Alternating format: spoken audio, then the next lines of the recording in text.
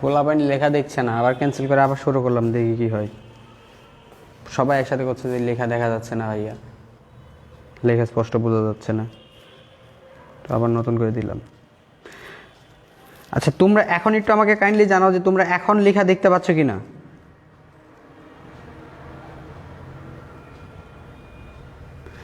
এখন কি লেখা বোঝা যাচ্ছে? লেখা দেখছে না, আবার ক্যান্সেল করে আবার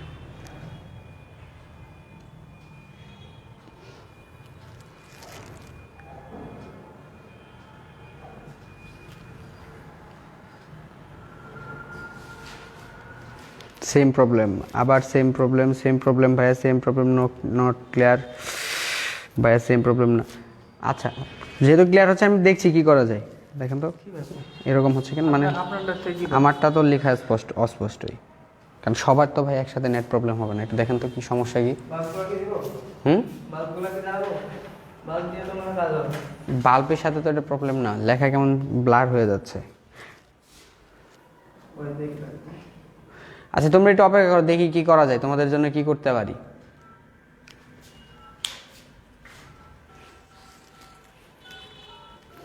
এখনো লেখা ব্লার, হ্যাঁ ভাই আমি ট্রাই করছি তোমাদের লেখা ক্লিয়ার করানোর জন্য চেষ্টা করছি, দেখি ভাইয়া কি করা যায়।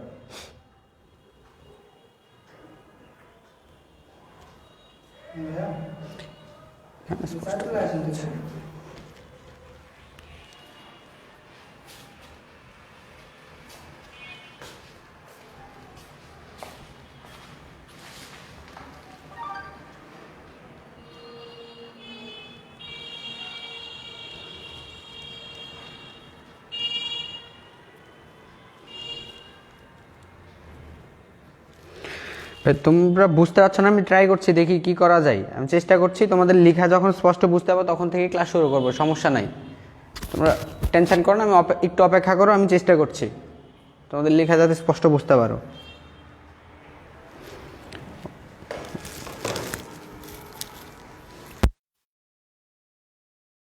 এখানে তো সবাই দেখতে পাচ্ছে, এইখানে ক্লিয়ার হচ্ছে কিন্তু ওখানে কিছু ইয়া।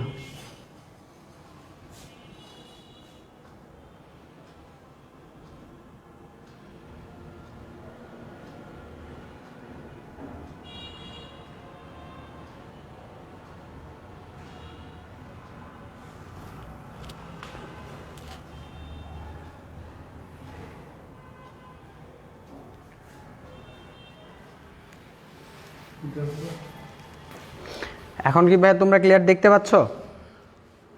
ভাই একবার ক্লিয়ার দেখতে পাচ্ছি, ওকে ক্লিয়ার, আবার বোঝা যাচ্ছে, ওকে ব্লার হয়ে যাচ্ছে লেখা, আবার বলছে ব্লার হয়ে যাচ্ছে, এখন ক্লিয়ার ভাই। আচ্ছা ঠিক আছে,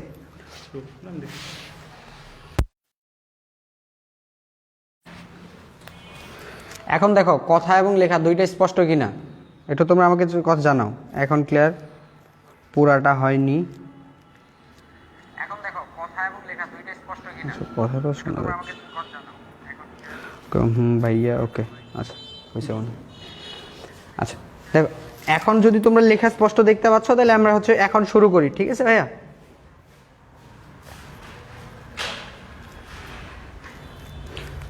আচ্ছা দেখো তাহলে আমরা হচ্ছে শুরু করি,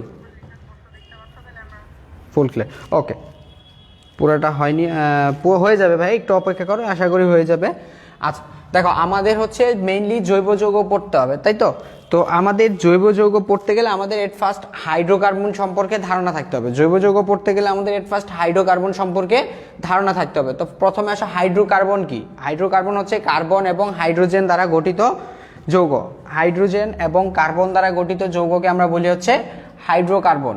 এবং কার্বন হাইড্রোজেনের সাথে যদি অক্সিজেন থাকে তাহলে সেটাকে আমরা বলি হচ্ছে কার্বোহাইড্রেট। অর্থাৎ কার্বন, হাইড্রোজেন এবং অক্সিজেন দ্বারা, এই তিনটা পরমাণু দ্বারা যত যৌগ গঠিত হবে সবগুলোকে আমরা বলবো হচ্ছে কার্বোহাইড্রেট। তবে হ্যাঁ, যদি তাদের মধ্যে কার্যকরীমূলক শুধুমাত্র অ্যালকোহল থাকে তাহলে অ্যালকোহলেও কিন্তু আমাদের OH আসবে, কিন্তু তাদেরকে কিন্তু আমরা কার্বোহাইড্রেট বলবো। কার্বোহাইড্রেট কাদের বলবো? গ্লুকোজ, ফ্রুক্টোজ, অর্থাৎ তাদের যে জাতকগুলো আছে ওরা মেইনলি হচ্ছে কার্বোহাইড্রেট। কিন্তু কার্বোহাইড্রেটগুলো প্রধানত গঠিত হয় কার্বন, হাইড্রোজেন এবং অক্সিজেন দ্বারা, ঠিক আছে? তারপরে আসবে হচ্ছে আমাদের জৈব যৌগ, এই যে হাইড্রোকার্বন, কার্বোহাইড্রেট এবং তাদের যত জাতক আছে, হাইড্রোকার্বন, কার্বোহাইড্রেট বা তাদের যত জাতক আছে এইগুলাকে আমরা বলবো হচ্ছে জৈব যৌগ। ঠিক আছে, কার্বোহাইড্রেট, হাইড্রোকার্বন এদেরকে বলা হচ্ছে জৈব যৌগ। তাহলে জৈব যৌগ কি? জৈব যৌগ হচ্ছে হাইড্রোকার্বন এবং হাইড্রোকার্বনের জাতক সমূহকে বলা হয় জৈব যৌগ। ঠিক আছে, যেমন আমরা ওখানে দুইটা উদাহরণ লিখে রাখছি, একটা হচ্ছে CH3, একটা হচ্ছে CH3।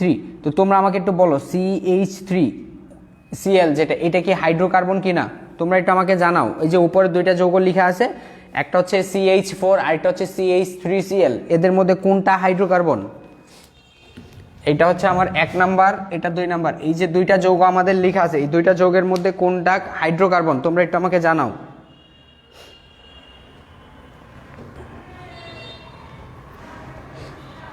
তোমরা একটু কমেন্টের মাধ্যমে আমাকে জানাও যে কোনটা হাইড্রোকার্বন, 1 নাম্বারটা নাকি 2 নাম্বারটা, কোনটা হাইড্রোকার্বন। আনিসুর রহমান আশিক কমেন্ট করছে 1 নাম্বার, আবু সোহেল 1 নাম্বার, রাসেল হোসেন হ্যাঁ 1 নাম্বার, আচ্ছা নাইম ইসলাম 1 নাম্বার। হ্যাঁ, মোটামুটি সবাই কমেন্ট করছো যে 1 নাম্বারটা হচ্ছে হাইড্রোকার্বন। হ্যাঁ, 1 নাম্বারটা হচ্ছে আমাদের হাইড্রোকার্বন, কিন্তু 2 নাম্বারটা হাইড্রোকার্বন না। কারণ কি? কারণ হচ্ছে 2 নাম্বার যৌগে কার্বন এবং হাইড্রোজেনের সাথে ক্লোরিন যুক্ত আছে। যদি কার্বন এবং হাইড্রোজেনের সাথে অন্য কোনো পরমাণু যুক্ত থাকে তাহলে সেটাকে আমরা হাইড্রোকার্বন বলতে পারি না। ঠিক আছে, কিন্তু এটা একটা দেখো হাইড্রোকার্বনের একটা জাতক, CH3Cl হাইড্রোকার্বনের একটা জাতক, কাজে 1 এবং 2 দুইটাই হচ্ছে জৈব যৌগ। 1 এবং 2 দুইটাই জৈব যৌগ, কিন্তু তারা একজন শুধুমাত্র হাইড্রোকার্বন আর একজন হাইড্রোকার্বন প্লাস জৈব যৌগ দুইটাই। যেমন এইটা শুধুমাত্র জৈব যৌগ কিন্তু হাইড্রোকার্বন না, কিন্তু এইটা হাইড্রোকার্বন প্লাস জৈব যৌগ দুইটাই। তার মানে সকল হাইড্রোকার্বনই কি? জৈব যৌগ, কিন্তু সকল জৈব যৌগ কিন্তু হাইড্রোকার্বন না। ঠিক আছে, হাইড্রোকার্বন এবং তার জাতক সমূহকে আমরা বলবো হচ্ছে জৈব যৌগ। এটা হচ্ছে মেইনলি জৈব যৌগ। তারপর জৈব যৌগের পরে যেটা আসে সেটা হচ্ছে জৈব যৌগের প্রকারভেদ। আমাদের পরবর্তীতে যেটা আসে সেটা হচ্ছে জৈব যৌগের প্রকারভেদ। তো দেখো ভাই, জৈব যৌগের আসলে নির্দিষ্ট কোনো প্রকারভেদ নাই, জৈব যৌগের নির্দিষ্ট কোনো প্রকারভেদ নাই, তাকে আমরা যেভাবে ইচ্ছা সেইভাবেই ভাগ করতে পারি। ঠিক আছে, জৈব যৌগকে যেভাবে ইচ্ছা আমরা ঠিক সেভাবেই ভাগ করতে পারি, এটা নির্দিষ্ট কোনো ভাগ নাই। কাজে এর প্রকারভেদ এক এক সময় এক একটা হবে। ঠিক আছে, কত ভাগে ভাগ করা যায় সেটা বিভিন্নভাবে আমাদের বইয়েতে যে প্রকারভেদ আছে, প্রকারভেদটা বই থেকে দেখে নিবা। আসলে প্রকারভেদের এই জায়গায় পড়ানোর তেমন কিছু নাই, প্রকারভেদে আমাদের পড়ানোর কিছু নাই। ঠিক আছে, কাজে এটা তোমরা হচ্ছে বই থেকে দেখে নিবা যে কোন কি কি প্রকারভেদ কি কিভাবে ভাগ করা যায়। ঠিক আছে, আমাদের মেইনলি এখানে যেটা সমস্যা মেইন হচ্ছে নামকরণ। আমাদের জৈব যৌগের প্রধান অংশ হচ্ছে একটা হচ্ছে নামকরণ, কারণ প্রতি বছরে দেখবে যে বিশ্ববিদ্যালয় ভর্তি পরীক্ষায় ম্যাক্সিমাম জায়গায় নামকরণ থেকে অ্যাটলিস্ট একটা কোয়েশ্চেন থাকে। ঢাকা বিশ্ববিদ্যালয়ে যখন আগের নিয়মে যখন প্রশ্ন করতো তখন জৈব যৌগে যে কয়টা প্রশ্ন দিত তার মধ্যে মিনিমাম একটা নামকরণ থাকতো। তো এখন হয় কি যে এখন আসলে বেসিক্যালি দেখা যায় যে প্রশ্নই তো করে 3টা বা 4টা জৈব যৌগ থেকে, হয়তো নামকরণ এক সময় দেয় অনেক সময় দেয় না। ঠিক আছে, কাজে আমাদের নামকরণগুলো ভালো করে পড়তে হবে। ঢাকা বিশ্ববিদ্যালয়ে না আসলেও অন্যান্য জায়গায় কিন্তু আমরা নামকরণগুলো পাবো, কারণ জৈব যৌগের মধ্যে মোস্ট ইম্পর্টেন্ট যে কয়টা টপিকস আছে তার মধ্যে নামকরণ হচ্ছে ভাই একটা। কাজে নামকরণটা আমাদের ভালো করে পড়তে হবে। ঠিক আছে, তো নামকরণের জন্য 3টা পদ্ধতি আছে, জৈব যৌগের নামকরণের 3টা পদ্ধতি আছে। একটা হচ্ছে সাধারণ পদ্ধতি, একটা হচ্ছে সাধারণ পদ্ধতি, আরেকটা হচ্ছে উদ্ভট পদ্ধতি,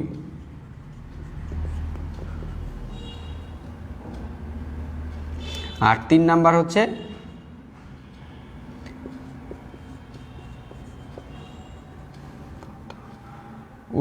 উদ্ভট পদ্ধতি, মানে উদ্ভট পদ্ধতি মানে একটা উদ্ভাবন অনুসারে আর কি। এই 3টা পদ্ধতিতে আমরা জৈব যৌগকে নামকরণ করে থাকি। একটা হচ্ছে সাধারণ পদ্ধতি, একটা উদ্ভট পদ্ধতি, আর একটা হচ্ছে ইউপেক। ইউপেক মানে হচ্ছে কি? ইউপেক মানে হচ্ছে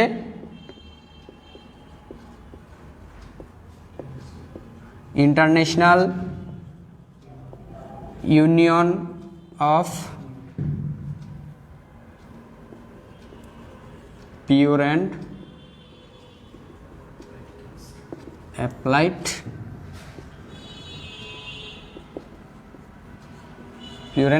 কেমিস্ট্রি। ইউপেকের পূর্ণরূপ হচ্ছে international union of pure and applied chemistry. খুব ভালো করে খেয়াল রাখবা এই নামগুলা, কারণ এই পূর্ণরূপগুলা পরীক্ষার মধ্যে আসে, মাঝে মধ্যে পূর্ণরূপগুলা পরীক্ষার মধ্যে আসে, কাজে এগুলো তোমাদের খুব ভালো করে মনে রাখতে হবে যে আসলে ভাই কোনটা দিয়ে কি বুঝাই, ঠিক আছে। তো এখানে অনেক সময় অপশানগুলো করে কি ইন্টারন্যাশনাল ইউনিয়ন অফ না দিয়ে অনেক সময় দেওয়া হচ্ছে তোমাদের for, international union for pure and applied chemistry. তো অফের জায়গায় যদি ফর দেওয়া হয় তাহলে কি কি পরিবর্তন হবে, এখানে কি পরিবর্তন হতে পারে তোমরা কি বলতে পারবা? যে আমরা হচ্ছে ইন্টারন্যাশনাল ইউনিয়ন অফ না লিখে যদি লিখি যে international union for pure and applied chemistry, তাহলে আমাদের কি প্রবলেমটা হতে পারে?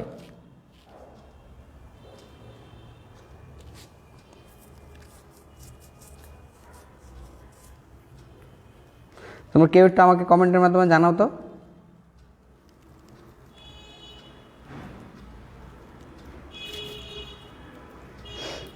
আবার প্রবলেম, আবার লেখা দেখা যাচ্ছে যায় না, লেখা বোঝা যাচ্ছে না, কাহিনী কিছু তো বুঝলাম না।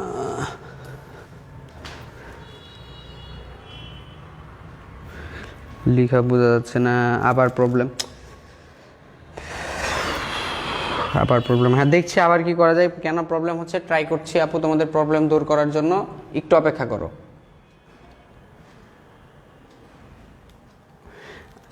এখন কি লেখা দেখা যাচ্ছে?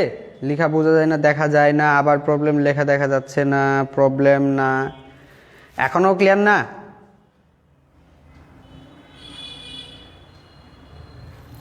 লেখা বোঝা যায় না, অফলাইনে এই ক্লাসটা নিয়েন। তাহলে এখন আজকে ভাই কোন অফলাইনে এই ক্লাস নিলে তাহলে আজকে কি ক্লাস নেব? আপনার ওখানে নেট প্রবলেম হচ্ছে না ভাইয়া? লেখা তো বুঝতে পারার কথা।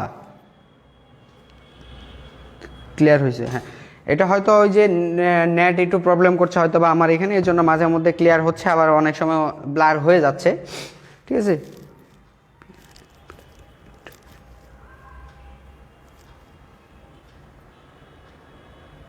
হয়েছে ভাইয়া, দেখা যাচ্ছে, ওকে ক্লিয়ার, আচ্ছা ঠিক আছে। তাহলে এই তিনটা পদ্ধতিতে হচ্ছে আমরা জৈব যৌগকে নামকরণ করতে পারি, ঠিক আছে। তো তার মধ্যে বেসিক্যালি আমাদের যেটা হচ্ছে যে আমরা মেইনলি হচ্ছে ইউপ্যাক পদ্ধতির যে নামকরণ, সেই নামকরণটাই আমরা পড়ি। জি ভাইয়া ক্লিয়ার রাখে, ক্লিয়ার, ওকে ঠিক আছে। তো আমরা হচ্ছে ইউপ্যাক পদ্ধতির যে নামকরণ আছে, আমরা সেই ইউপ্যাক পদ্ধতির নামকরণটা পড়বো, ঠিক আছে। আমরা হচ্ছে ইউপ্যাক বা আন্তর্জাতিক পদ্ধতি যেটা আর কি, মানে আন্তর্জাতিকভাবে স্বীকৃত যে পদ্ধতি, আমরা ওই পদ্ধতিটা নিয়ে একটু আলোচনা করবো, ঠিক আছে। আমাদের আজকের এই ক্লাসটাতে মেইনলি হচ্ছে নামকরণ আর হচ্ছে সমানতা নিয়ে মেইন আলোচনা। বাকি আসলে যে আলোচনাগুলো সেগুলো খুব ইজিলি তোমরা নিজেরাই নর্মালি পড়ে নিলে হবে। কর্মমুখী, আরে ভাই কর্মমুখী রসায়নে পড়ার কিছু আছে? রুহুল আমিন, কর্মমুখী রসায়নে কি পড়ার কিছু আছে? ওটা তো পড়ার কিছু নাই।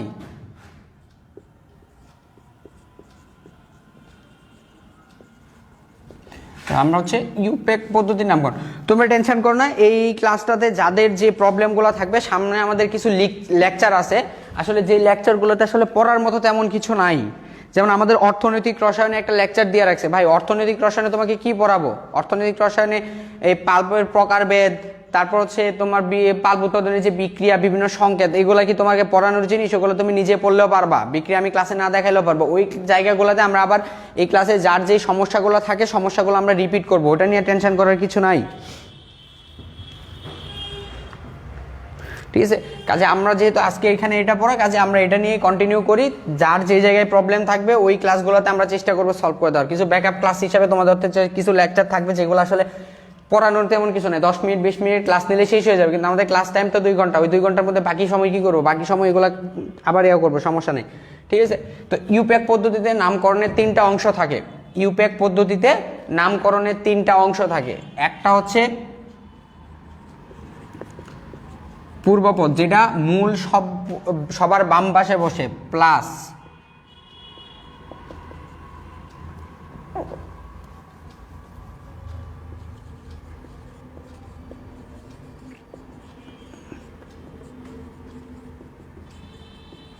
ইউপ্যাক পদ্ধতির নামকরণের এই 3টা অংশ থাকবে, ঠিক আছে।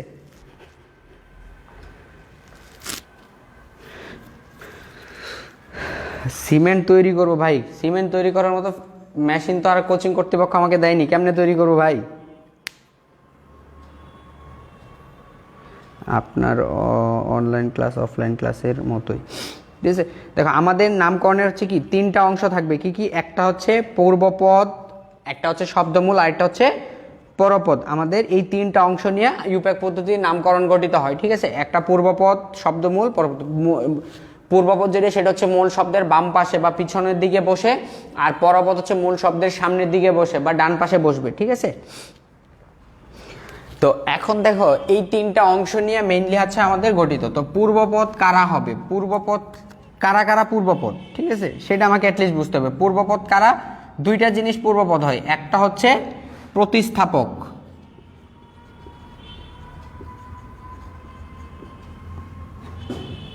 অর্থাৎ যারা প্রতিস্থাপক তারা হচ্ছে মেইনলি পূর্বপদ, বা হচ্ছে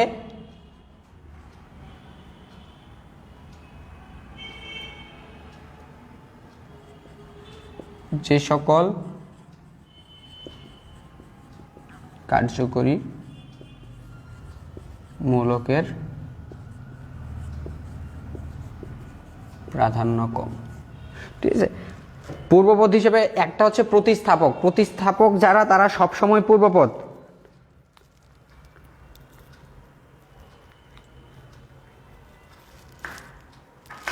ঠিক আছে, পূর্বপদ হিসেবে কারা বসবে? পূর্বপদ হিসেবে বসবে প্রতিস্থাপক সমূহ অথবা যে সকল কার্যকরী মূলকের প্রাধান্য কম, তারা হচ্ছে পূর্বপদ। ঠিক আছে, আর পরপদ কারা? পরপদ হচ্ছে তারাই যে সকল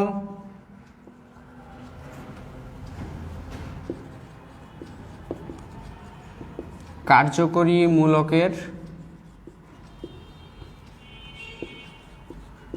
প্রাধান্য বেশি। ঠিক আছে, তাহলে একটা জৈব যৌগে ইউপ্যাক পদ্ধতিতে নামকরণের তিনটা অংশ থাকবে। ঠিক আছে, একটা হচ্ছে পূর্বপদ, একটা শব্দমূল, আরেকটা হচ্ছে পরপদ। পূর্বপদ কারা? পূর্বপদ হচ্ছে যারা প্রতিস্থাপক হিসাবে বসে অথবা যে সকল কার্যকরী মূলকের প্রাধান্য কম, তারা হচ্ছে পূর্বপদ। আর যে সকল কার্যকরী মূলকের প্রাধান্য বেশি, তারা হচ্ছে পরপদ। ঠিক আছে, আর শব্দমূল হচ্ছে অ্যালক অথবা অ্যালকান। শব্দমূল বলতে আসলে আমরা বুঝি কার্বন দ্বারা, যে কার্বন আছে সেই কার্বনের উপর ভিত্তি করে শব্দমূলে অ্যালক অথবা অ্যালকান, কার্বন সংখ্যার উপর ভিত্তি করে শব্দমূলে আমরা দুইটা শব্দ বসাবো, একটা হচ্ছে অ্যালক অথবা অ্যালকান। হয় অ্যালক বসবে অথবা অ্যালকান বসবে। ঠিক আছে,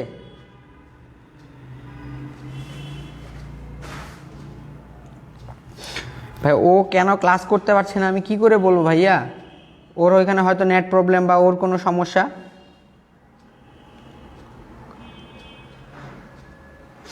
ঠিক আছে,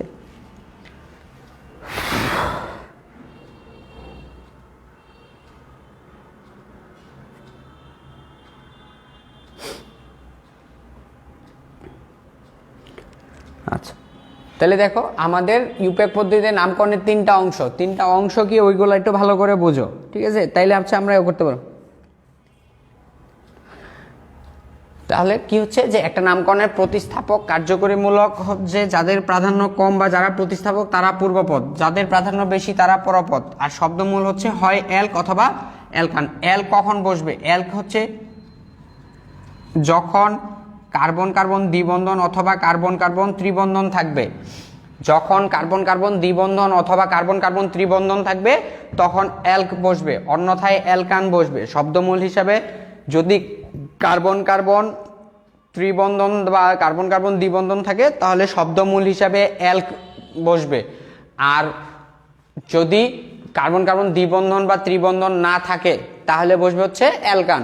অ্যালক কখন বসবে? যখন কার্বন কার্বন ত্রিবন্ধন বা দ্বিবন্ধন থাকে। আর যদি দ্বিবন্ধন বা ত্রিবন্ধন না থাকে তাহলে কি বসবে? তাহলে বসবে হচ্ছে অ্যালকান। ঠিক আছে, তাহলে কখন অ্যালক বসবে কখন অ্যালকান বসবে সেটুকু বোঝা গেছে। আচ্ছা, এরপরে কিছু কথা আমাদের থেকে যায়, সেটা হচ্ছে যে আমাদের কিছু কার্যকরী মূলক আছে যাদের প্রাধান্য খুবই কম। আমাদের কিছু কার্যকরী মূলক আছে যাদের প্রাধান্য কম, তাহলে তাদেরকে অবশ্যই কি পূর্বপদে বসানোর কথা। যাদের প্রাধান্য কম তারা পূর্বপদে বসে, কিন্তু কিছু কার্যকরী মূলক আছে যাদের প্রাধান্য কম কিন্তু পূর্বপদে বসে না, তারা সবসময় পরপদে বসে। কারণ হচ্ছে এদের পূর্বপদে বসার জন্য তো একটা শব্দ দরকার, একটা কার্যকরী মূলককে ইন্ডিকেট করার জন্য একটা শব্দ আমরা নামকরণে ব্যবহার করি।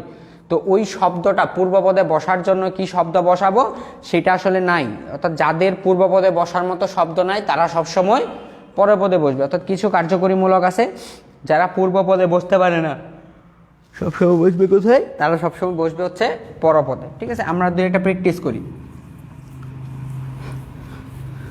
তো দেখো আমাদের প্রথম কাজ হচ্ছে শব্দমূল যেটা এটা খোঁজার জন্য দীর্ঘতম শিকল খুঁজে বের করতে হয়। শব্দমূল খোঁজার জন্য আমাদের দীর্ঘতম শিকল খুঁজে বের করতে হয়। দীর্ঘতম শিকল হচ্ছে যে কার্যকরী মূলক যতগুলো আছে একটা যোগের মধ্যে, সেই মূলকগুলাকে মূল শিকলে অন্তর্ভুক্ত করে সবচেয়ে বেশি কার্বনের শিকল বানানো। যেমন ধরো আমাদের কাছে একটা যৌগ আছে এরকম CH3 CH2 bond C double bond CH2,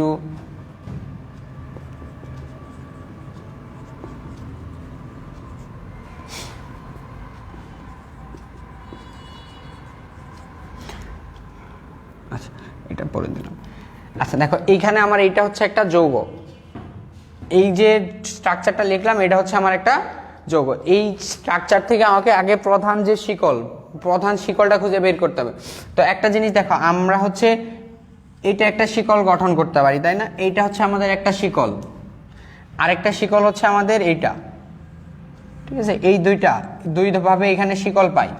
তো এখানে আসলে কোনটা শিকল হবে, আমি একবারে যে এই যে শিকলটা অর্থাৎ এইটাকে যদি আমরা নাম্বার ধরি 1 নাম্বার আর এটা হচ্ছে 2 নাম্বার, তো এই যোগের ক্ষেত্রে কোনটা আসলে মূল শিকল হবে, 1 নাম্বারটা নাকি 2 নাম্বারটা? এই যোগের ক্ষেত্রে মূল শিকল কোনটা হবে, 1 নাম্বার নাকি 2 নাম্বার?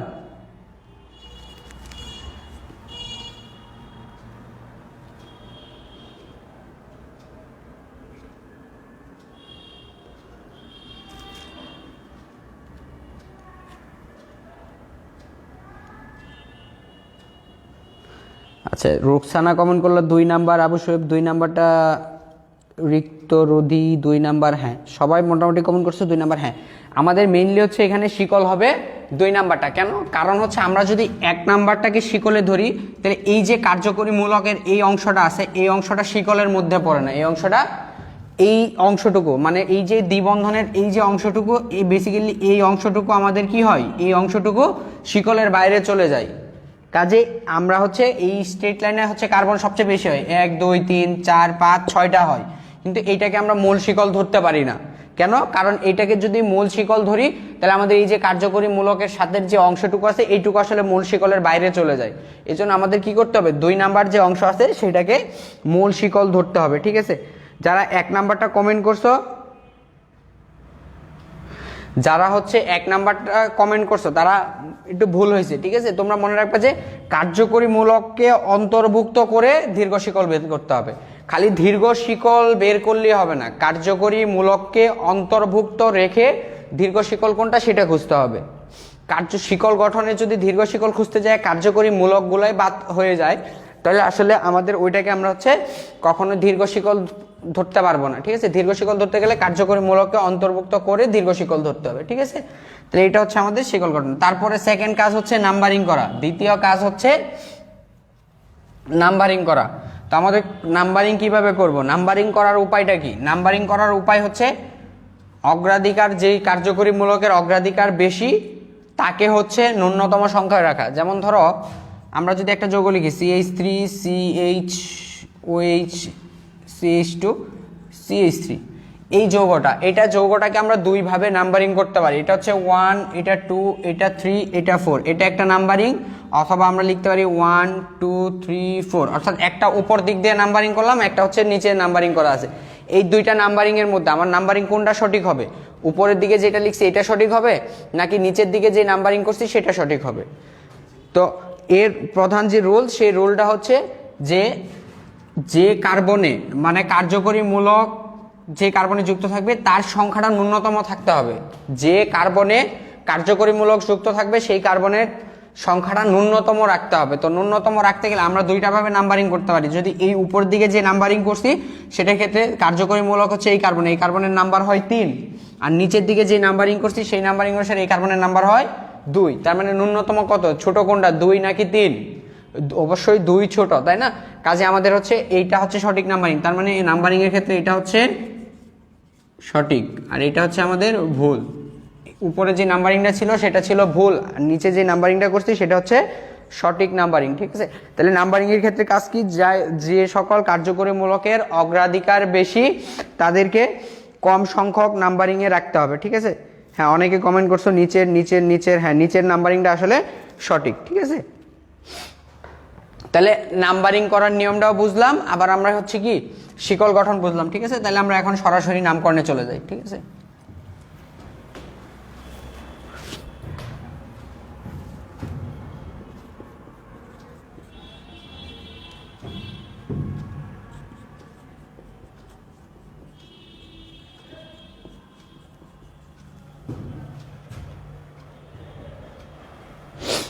এই যৌগটার নাম কি হবে? তাহলে এখানে আমাদের মূল শিকল কোনটা? এখানে আসলে আমাদের আলাদা করে মূল শিকল খোঁজার কি কোনো দরকার আছে? কথা হচ্ছে যে না, আমার এখানে আসলে আলাদা করে মূল শিকল দরকার না, আমার এখানে সরাসরি শিকলটা দেওয়া আছে, রাইট? তাহলে এই শিকলটার ক্ষেত্রে আমরা যদি নাম্বারিং করি তাহলে কি হবে? 1 2 3 4 5, এটা একটা করতে পারি, অথবা আমরা এই দিক থেকে যেতে পারি 1 2 3 4 5। তাহলে এই দিক থেকে যদি যাই তাহলে 1 2 3 4, তার মানে OH এর অগ্রাধিকার বেশি আর সে তার সংখ্যা হয় 4, আর উপর দিক থেকে গেলে তার সংখ্যা হয় 2, তাহলে কোনটা সঠিক হবে? অবশ্যই 2 যেটা হবে সেটা সঠিক, এই জন্য আমাদের এটা হচ্ছে সঠিক নাম্বারিং, ঠিক আছে? তাহলে এটার ক্ষেত্রে আমরা হচ্ছে নামটা কি লিখতে পারি? তো এখন দেখো এখানে আমার কার্যকরী মূলক আছে দুইটা, একটা হচ্ছে OH আর একটা হচ্ছে কার্বন কার্বন দ্বিবন্ধন। এখানে আমাদের কার্যকরী মূলক আছে কয়টা? দুইটা, রাইট? কি কি? একটা হচ্ছে OH আর একটা হচ্ছে C ডাবল বন্ড। তো এই দুইটার মধ্যে আমাদের C ডাবল বন্ডের অগ্রাধিকার OH অপেক্ষা কম, C ডাবল বন্ডের অগ্রাধিকার OH অপেক্ষা কম। তাহলে যেহেতু এটার OH অপেক্ষা কম, তার মানে এইটা আমাদের যার অগ্রাধিকার কম সে কোন জায়গায় বসে? পূর্বপদ নাকি পরপদ? যার অগ্রাধিকার কম সে বসবে হচ্ছে পূর্বপদে, রাইট? যার অগ্রাধিকার কম সে বসবে হচ্ছে পূর্বপদে। তাহলে এইটা পূর্বপদে বসার কথা, অর্থাৎ শব্দমূলের আগে বসার কথা, কিন্তু C ডাবল বন্ড ও C ডাবল বন্ডের যেটা আছে এটা আসলে পূর্বপদে বসার কোনো শব্দ নাই। তুমি যদি বইয়ের মধ্যে দেখো তাহলে দেখবা যে এটা আসলে পূর্বপদে বসার মতো কোনো শব্দ নাই। সম্ভবত হাজারি স্যারের যে বই আছে নতুন বইয়ের মধ্যে সম্ভবত হচ্ছে 180 নাম্বার পেজে, অথবা পুরাতন বইগুলোতে মেবি হচ্ছে 163 নাম্বার পেজে এটার একটা অগ্রাধিকারের ক্রমের ছক দেওয়া আছে। ছকটা তোমরা পড়ে নিবা।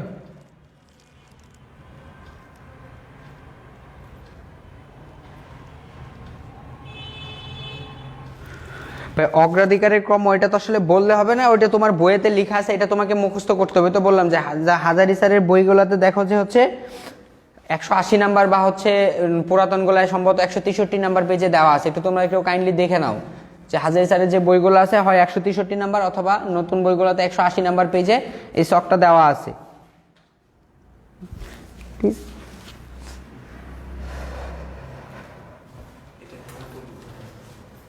180-তে যাবে এটা।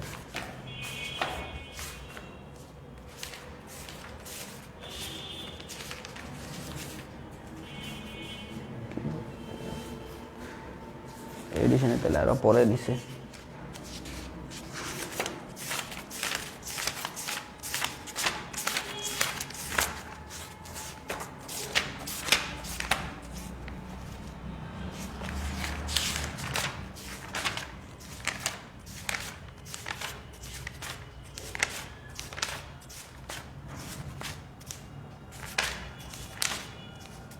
তোমার এখানে আছে 170 আছে, ঠিক আছে?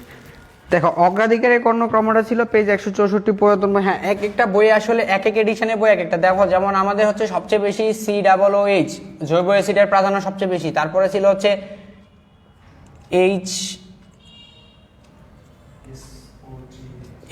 HSO3 অর্থাৎ বেনজিন সালফোনিক অ্যাসিড, তারপরে আছে হচ্ছে সালফোনিক অ্যাসিড, তারপরে আছে আমাদের অ্যাসিড হ্যালাইড, তারপর আছে অ্যাসিড অ্যামাইড, তারপর আছে হচ্ছে সায়ানাইড বা নাইট্রাইল, তারপরে আমাদের যেটা আছে সেটা হচ্ছে অ্যালডিহাইড, তারপরে আছে অগ্রাধিকারের ক্রমের মধ্যে কিটোন, কিটোনের পরে আছে হচ্ছে অ্যালকোহল, অ্যালকোহলের পরে সম্ভবত হচ্ছে থাইওল। অর্থাৎ এইভাবে হচ্ছে ক্রমানুসারে একটা ছক বইয়ের মধ্যে দেওয়া আছে, এবং ওই ছকের মধ্যে কার পূর্বপদ কি হবে কার পরপদ কি হবে এই জিনিসগুলা হচ্ছে তোমরা খুঁজলেই পাবা, ঠিক আছে? তোমাদের বইতে এটা দেওয়া আছে যে কোনটা কার অগ্রাধিকার বেশি, অর্থাৎ যার অবস্থান যত উপরে তার অগ্রাধিকার তত বেশি, আর যার অবস্থান যত নিচে তার অগ্রাধিকার তত কম।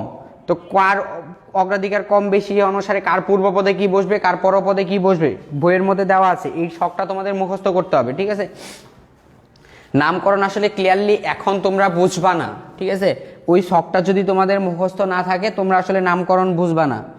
কাজে তোমাদের কাজ হচ্ছে এই ছকটা ভালো করে মুখস্থ করো। আজকে আমি অল্প একটু বোঝাই দিচ্ছি, বাকিটুকু হচ্ছে আমরা ওই যে যেদিন আমাদের অর্থনৈতিক রসায়নের ক্লাস আছে আমরা ওই দিন হচ্ছে নামকরণের মেইন যে জিনিসটুকু সেগুলো আলোচনা করবো, কারণ এই ছকটা আগে তোমাদের মুখস্থ করতে হবে। আর কালকের পরীক্ষা আসলে ভাই আমরা হচ্ছে নামকরণ থেকে চেষ্টা করবো যে নামকরণ থেকে কোনো প্রশ্ন যাতে না দিই, ঠিক আছে? কাজে ওটা নিয়ে টেনশন করার কিছু নাই, কারণ এই ছকটা যদি তোমরা মুখস্থ না করো আসলে নামকরণ তোমরা ওইভাবে কখনোই পারবা না। নামকরণের মূল হচ্ছে এই ছকটা। কেমিস্ট্রি বইতে আমাদের 2-3টা ছক আছে, এই 2-3টা ছক হচ্ছে আমাদের মেইন। কাজে ওইটা ছাড়া তোমরা পারবা না। কেমিস্ট্রি প্লাসে 533 নাম্বার পেজ, হ্যাঁ দেখতে পারো কেমিস্ট্রি প্লাস থেকে, ঠিক আছে? সো আমাদের এখানে আমরা যদি দেখি যে ওএইচ এর প্রাধান্য এটা হচ্ছে বেশি, কিন্তু এই যে কার্যকরীমূলক এটার আসলে পূর্বপদে বসার কোনো শব্দ নাই, কাজে এটা সবসময় পরপদে বসবে। তাহলে যেহেতু পূর্বপদে কেউ বসার নাই, তাহলে এখানে প্রথমে আসবে শব্দমূল। শব্দমূল হচ্ছে এখানে কয়টা কার্বন আছে, এখানে 5টা কার্বন আছে, তাই না? 5 কার্বন থাকলে আমরা কি বলি? পেন্টেন।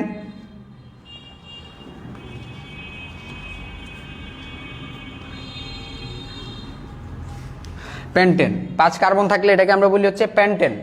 তাহলে পেন্টেন, তো এখানে 2টা নাম, একটা হচ্ছে অ্যাল্ক। অ্যাল্ক মানে হচ্ছে এএনই যদি বাদ দেই, এএনই বাদ দিলে কি থাকে? পেন্ট। আরেকটা হচ্ছে অ্যালকান, ALKAN, অর্থাৎ মেইনলি এটা হচ্ছে একটা অ্যালকেন। মেইনলি পেন্টেন হচ্ছে একটা অ্যালকেন। অ্যালকেনের যদি ANE এইটুকু বাদ দেই তাহলে পাই অ্যাল্ক, আর হচ্ছে শুধু যদি ই বাদ দেই তাহলে পাই অ্যালকান। তাহলে অ্যালকান হিসাবে এখানে কি বসে? পেন্টান। একটা হচ্ছে পেন্ট আর একটা হচ্ছে পেন্টান। তো এখানে আসলে শব্দমূল হিসাবে কি পেন্ট বসবে নাকি পেন্টান বসবে?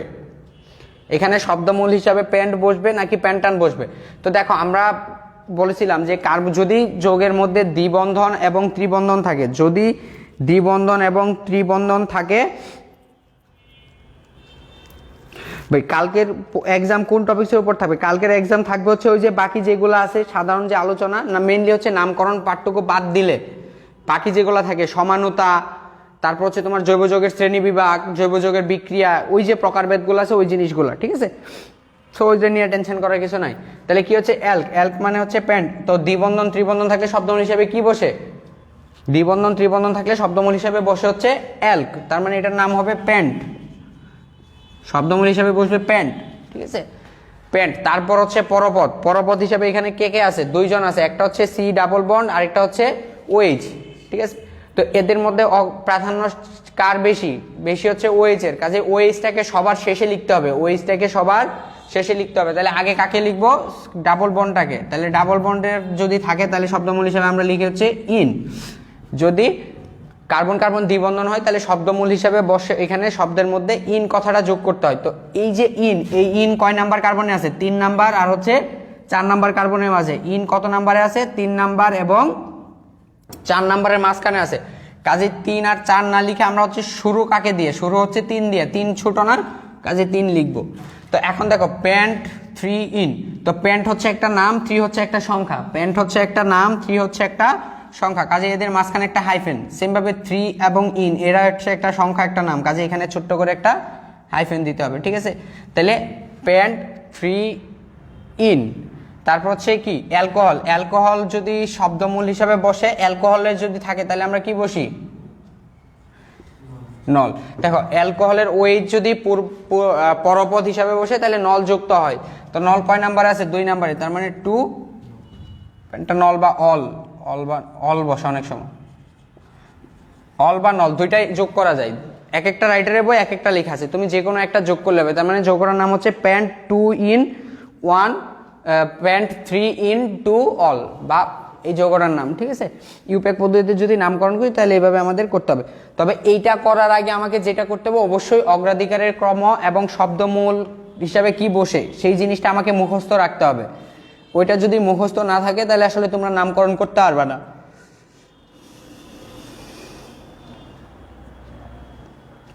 তাহলে যোগটার নাম হচ্ছে প্যান্ট 3 ইন 2 অল। ঠিক আছে। আর একাধিক যদি একই জায়গায় যদি একাধিক মানে পূর্বপদ হিসাবে যারা বসে সেই জায়গায় যদি প্যান্ট 3 × L হ্যাঁ হবে, সমস্যা নাই। এখানে OL অল লিখলেও হবে, NOL নল লিখলেও হবে, কোনো সমস্যা নাই,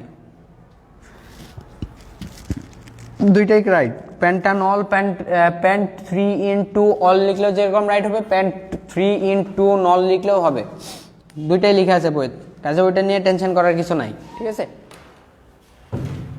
ওইভাবে হচ্ছে আমরা নামকরণগুলো করতে পারি।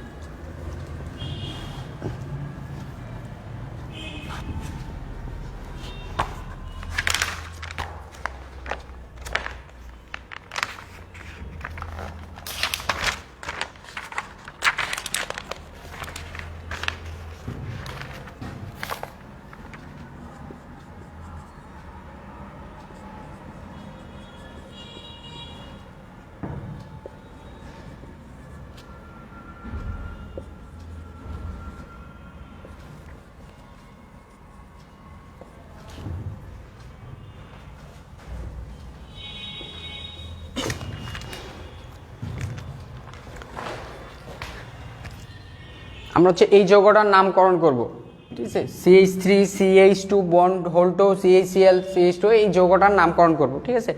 তো এই যৌগটার নামকরণ যদি আমরা করতে চাই তাহলে এই যৌগটার নামকরণ কি হবে বা যৌগটার নাম কি হবে, সেটার জন্য এট ফার্স্ট আমাকে যৌগটার গঠনটা ভালো করে বুঝতে হবে, ঠিক আছে। এই যৌগের গঠন তাহলে এখন দেখো এখানে কি প্রথমে আছে CH3 বন্ড CH2 মানে হচ্ছে এই মূলকটা দুইটা আছে, CH2 জিনিসটা এখানে দুইটা আছে, এই জন্য এইভাবে লেখা হয়েছে, অর্থাৎ CH2 বন্ড এখানে আছে হচ্ছে CH2, রাইট, এই জন্য জিনিসটাকে 2 দিয়ে লেখা হয়েছে। তারপর CHCl তার মানে CH নিচে Cl bond CH2 bond CH ব্র্যাকেটের মধ্যে মানে হচ্ছে এই NH2টা এর নিচে আছে বন্ড COOH, ঠিক আছে। তো এইখানে দেখো এই যে যৌগটা, এই যৌগগুলোতে অনেকগুলা কার্যকরী মূলক আছে, যেমন এইটা আমার একটা কার্যকরী মূলক, এইটা আমার একটা কার্যকরী মূলক, এটা আরেকটা কার্যকরী মূলক, এখানে আমার টোটাল 3টা কার্যকরী মূলক আছে, ঠিক আছে। একটা Cl, একটা NH2 আর একটা হচ্ছে COOH। তো এই 3টার মধ্যে অগ্রাধিকার কার সবচেয়ে বেশি? এই 3টা কার্যকরী মূলকের মধ্যে ভাই কোনটা কত পেজ, কি কত পেজ?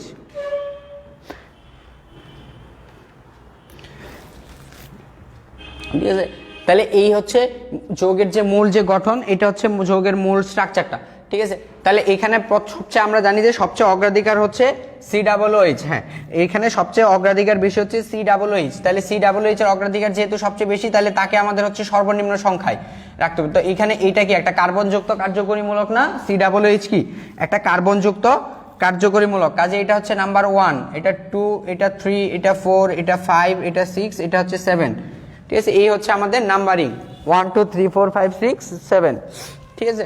এখন দেখো এইটা বাদ দিয়ে বাকি যে দুইটা মূলক আছে, একটা হচ্ছে NH2 আর একটা হচ্ছে Cl, NH2 আর একটা হচ্ছে Cl। তো এই দুইটার মধ্যে NH2 আর Cl এই দুইজনের মধ্যে এরা কি অগ্রাধিকার কম, তার মানে এরা কি বসবে? এরা বসবে পূর্ব পদে। এদের যেহেতু অগ্রাধিকার কম, তাহলে এরা কোথায় বসবে? এরা বসবে হচ্ছে পূর্ব পদে, রাইট। তাহলে এরা যদি পূর্ব পদে বসে, তাহলে এদের দেখা তো পূর্ব পদে বসার মতো কোনো শব্দ আছে কিনা? মেসন বইয়ের কত নাম্বার পেজ থেকে পড়াচ্ছেন? পেজ নাম্বার কত যে আমার নিজেরই তো খেয়াল নেই। এটা হচ্ছে মেসনের বইয়ের 124 নাম্বার পেজ, 124 নাম্বার পেজে আছে, ঠিক আছে। তো এদের মধ্যে দেখো এরা হচ্ছে পূর্ব, তো এখন পূর্বপদে দুইজন আছে, একটা হচ্ছে ক্লোরিন আর একটা হচ্ছে NH2, একটা হচ্ছে ক্লোরো। ক্লোরিন যদি থাকে তাহলে তার পরিবর্তে লিখি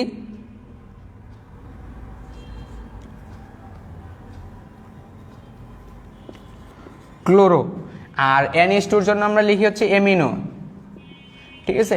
দুইটা জিনিস, একটা হচ্ছে ক্লোরো আর একটা হচ্ছে এমিনো, ঠিক আছে। তো এই দুইজনের মধ্যে কোনটা আগে লিখবো? ক্লোরো আগে লিখবো নাকি এমিনো আগে লিখবো? কাকে আমরা আসলে আগে লিখবো? ঠিক আছে, ক্লোরো আর হচ্ছে এমিনো এই দুইটার মধ্যে আমরা কাকে আগে লিখবো? ক্লোরো আর এমিনো দুইজনের মধ্যে কাকে আমরা আগে লিখবো? এখানে কথা হচ্ছে যে এই দুইজনের মধ্যে অগ্রাধিকার যার বেশি, এই দুইজনের মধ্যে অগ্রাধিকার যার বেশি তাকে পরে লিখবো, আর যার অগ্রাধিকার কম তাকে আগে লিখবো। তাহলে কার অগ্রাধিকার কম? ক্লোরিনে, তার মানে আমরা আগে ক্লোরিন লিখব, অর্থাৎ ক্লোরিন কয় নাম্বারে আছে? 4 নাম্বারে, 4 ক্লোরো, 4 ক্লোরো। এমিনো আছে কয় নাম্বারে? 2 নাম্বারে, 4 ক্লোরো, তার মানে 2 এমিনো, 4 ক্লোরো 2 এমিনো। তারপর 7 কার্বন, 7 কার্বন এখানে নাম হিসেবে কি অ্যালক আসবে নাকি অ্যালকান আসবে? শব্দমূল হিসাবে এখানে অ্যালক আসবে নাকি অ্যালকান আসবে? কি আসবে বলো তো তোমরা? এখানে শব্দমূল হিসাবে কি আসবে, অ্যালক নাকি অ্যালকান?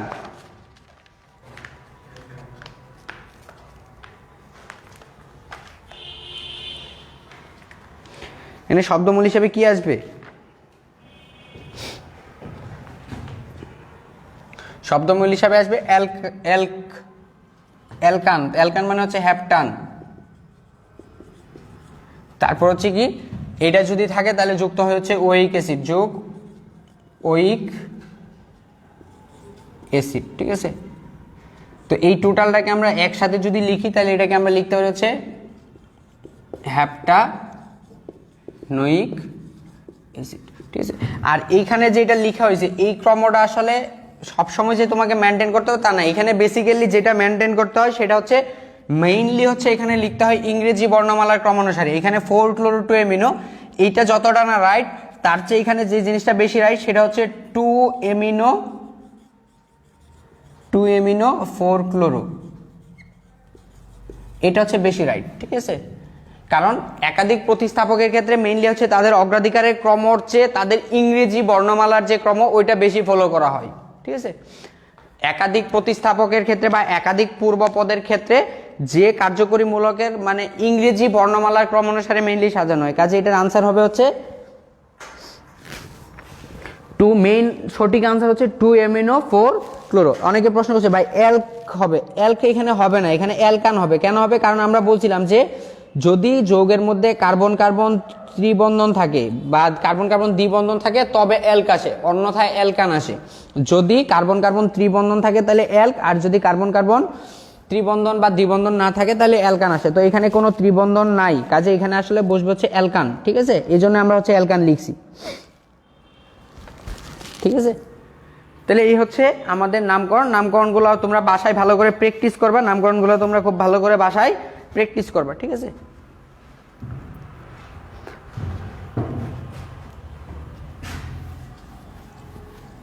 আর নামকরণের জন্য ওই যে বললাম যে ছকটা আছে, ওই ছকটা তোমরা খুব ভালো করে মুখস্থ করবা।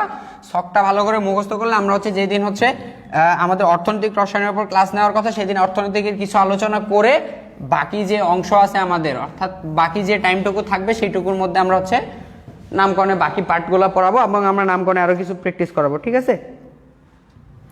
কাজে ওই ছকটা আগে তোমাদের মুখস্থ করতে হবে। তোমরা যদি ওই ছকটা মুখস্থ না করো তাহলে আসলে আমাদের পক্ষে এই নামকরণ পড়ানো সম্ভব না, বা আমার পক্ষে না, কারো পক্ষেই সম্ভব না।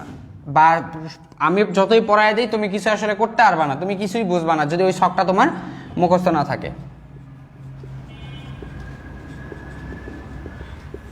জৈব বিক্রিয়া, জৈব যৌগের বিক্রিয়া, ঠিক আছে? তো দেখো জৈব যৌগে সাধারণত 4 ধরনের বিক্রিয়া হয়। জৈব যৌগে সাধারণত 4 ধরনের বিক্রিয়া হয়। জৈব যৌগে সাধারণত 4 ধরনের বিক্রিয়া হয়, ঠিক আছে? 1 নাম্বার হচ্ছে সংযোজন বা দ্রুত বিক্রিয়া। 1 নাম্বার হচ্ছে সংযোজন বা দ্রুত বিক্রিয়া।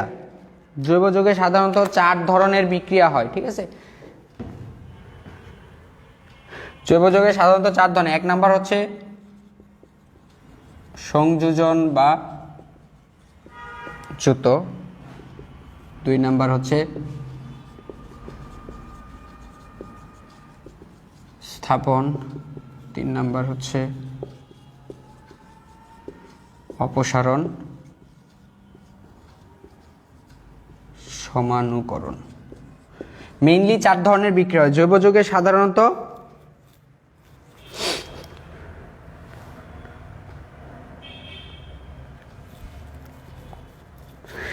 নামকরণের বাকি যত প্র্যাকটিস আছে আমরা হচ্ছে নামকরণের প্র্যাকটিসটা অফলাইনে অর্থনৈতিক রসায়ন যখন পড়াবো, কারণ নেক্সট উইক থেকে আমাদের অফলাইন হবে, তখন আমরা হচ্ছে নামকরণের যত বড় নামকরণ আছে তুমি নিয়ে এসে আমি তোমাকে করে দেবো, কোনো সমস্যা নাই।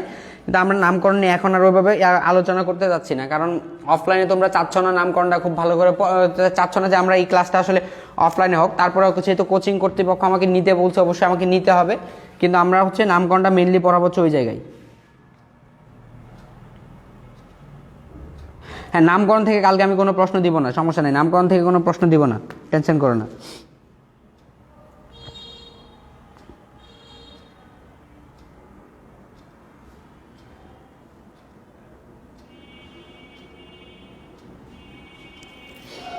ঠিক আছে, মেইনলি জৈব যৌগে এই 4 ধরনের বিক্রিয়া হয়: সংযোজন বা দ্রুত, প্রতিস্থাপন, অপসারণ আর হচ্ছে সমানুকরণ। ঠিক আছে, মেইনলি এই 4 ধরনের বিক্রিয়া জৈব যৌগে সংঘটিত হয়।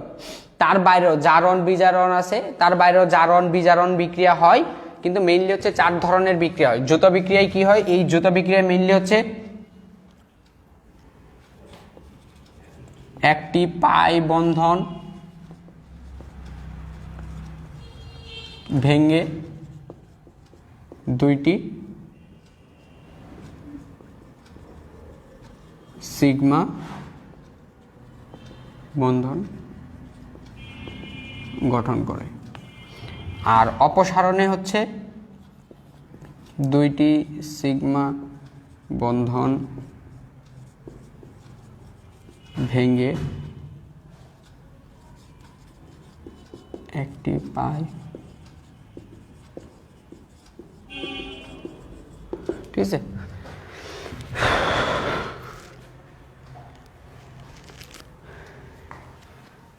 সংযোজন আর অপসারণ একটা আরেকটার ঠিক বিপরীত। ঠিক আছে, সংযোজন এবং অপসারণ একটা আরেকটার ঠিক বিপরীত হয়। ঠিক আছে, সংযোজন এবং অপসারণ একটা আরেকটার ঠিক বিপরীত হবে। সংযোজনে একটা সিগমা পাই ভাঙবে, 2টা সিগমা গড়বে, আর অপসারণে 2টা পাই ভাঙবে, একটা সিগমা গড়বে। ঠিক আছে, আর প্রতিস্থাপনে তো একজনকে সরায় আরেকজন হয়, এটা আমরা জানি। আমরা একটু সমানুকরণ নিয়ে যদি আলোচনা করি, ঠিক আছে, আমরা একটু সমানুকরণটা দেখাই।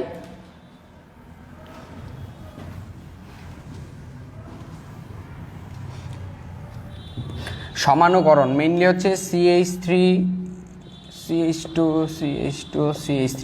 ধর এই যে একটা যৌগ আছে, সমানুকরণ মেইনলি হচ্ছে সবকিছু ঠিক রেখে গঠনটাকে ভিন্ন করা। সমানুকরণ বিক্রিয়ার মূল কাজ হচ্ছে অণু পরমাণুর সংখ্যা সবই সেম রেখে শুধু জাস্ট গঠনটাকে ভিন্ন করা। যেমন এইটাকে যদি আমরা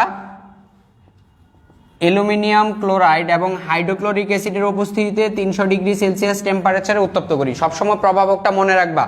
জৈব বিক্রিয়ায় বেসিক্যালি সমানুকরণ বিক্রিয়ায় প্রভাবক হিসেবে অ্যালুমিনিয়াম ক্লোরাইড, লৌহ হাইড্রোক্লোরিক অ্যাসিড এবং 300 ডিগ্রি সেলসিয়াস তাপমাত্রার প্রয়োজন হয়। জৈব যৌগের সমানুকরণ বিক্রিয়ায় অ্যালুমিনিয়াম ক্লোরাইড, হাইড্রোক্লোরিক অ্যাসিড এবং হচ্ছে 300 ডিগ্রি সেলসিয়াস তাপমাত্রা থাকে। ঠিক আছে, এখানে যদি এটাকে উত্তপ্ত করা হয়, এটাকে যদি উত্তপ্ত করা হয় তাহলে যৌগটা CH3 CH bond CH3 bond CH3 এই স্ট্রাকচারে পরিণত হয়। তো এইখানে এই যৌগটার নাম হচ্ছে N বিউটেন, আর এটা হচ্ছে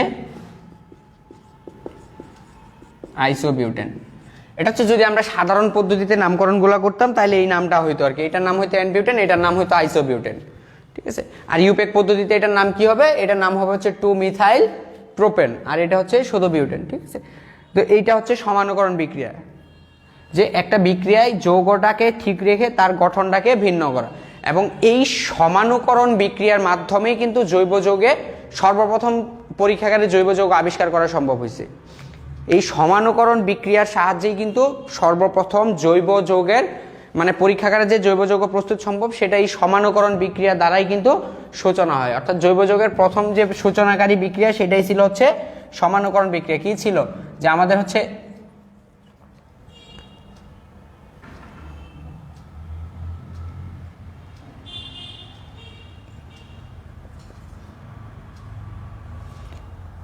ঠিক ছিল। আচ্ছা, প্রথমে মেইনলি ছিল হচ্ছে যৌগটা আমি যদি লিখি যে জৈব যৌগের একবারে প্রথম দিকের যে বিক্রিয়াটা ছিল, জৈব যৌগের সূচনা লগ্নে যে বিক্রিয়াটা ছিল সেটা কি ছিল? যে আমরা হচ্ছে প্রথমে হচ্ছে অ্যামোনিয়াম ক্লোরাইডের সাথে হচ্ছে লেড সায়োনেটের বিক্রিয়া করালাম। এটাকে যখন বিক্রিয়া করে তখন এখান থেকে আমাদের তৈরি হয় NOCO CNO, এটা তৈরি হয়, রাইট? অ্যামোনিয়াম সায়োনেট তৈরি হয়। অ্যামোনিয়াম ওই সায়োনেটকে যখন আমরা উত্তপ্ত করি,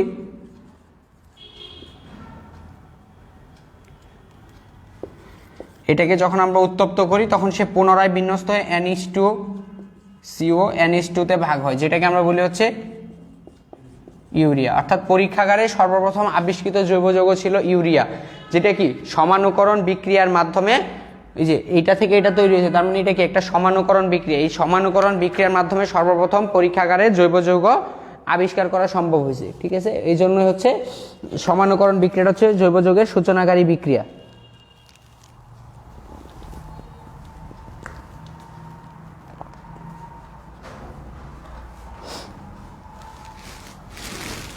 ঠিক আছে, এই হচ্ছে জৈব যৌগের যে বিক্রিয়াগুলো, এই যে জৈব যৌগের প্রকারভেদ, এই বিক্রিয়ার প্রকারভেদগুলো তোমরা খুব ভালো করে মনে রাখবা। ঠিক আছে, তো এখন দেখো অনেকে কমেন্ট করছো যে হচ্ছে সংযোজন এবং অপসারণের উদাহরণ দিতে। দেখো ভাই, সংযোজনের যদি আমরা একটা উদাহরণ দিই, CH3 CH double bond CH2, ঠিক আছে, এটা হচ্ছে আমাদের একটা বিক্রিয়া, প্লাস হচ্ছে এর সাথে যদি আমরা HCl এর বিক্রিয়া করাই, তাহলে কি হবে, CH3 CHCl bond CH2 CH। দেখো এই যে এখানের যে পাই বন্ধন ছিল, এই যে এখানে যে পাই বন্ধন ছিল সেটা ভেঙে যায়, এই যে কার্বন ক্লোরিন আর কার্বন হাইড্রোজেন নতুন করে একটা বন্ধন গঠন করছে, এটাই তো একটা সংযোজন বা যৌথ বিক্রিয়া। ঠিক আছে, আর যদি আমরা অপসারণে দেখি তাহলে CH3 CHCl bond CH2 H, এটা প্লাস KOH যদি করি তাহলে এই যে CH3CH ডাবল বন্ড CH2, অর্থাৎ উল্টাটা।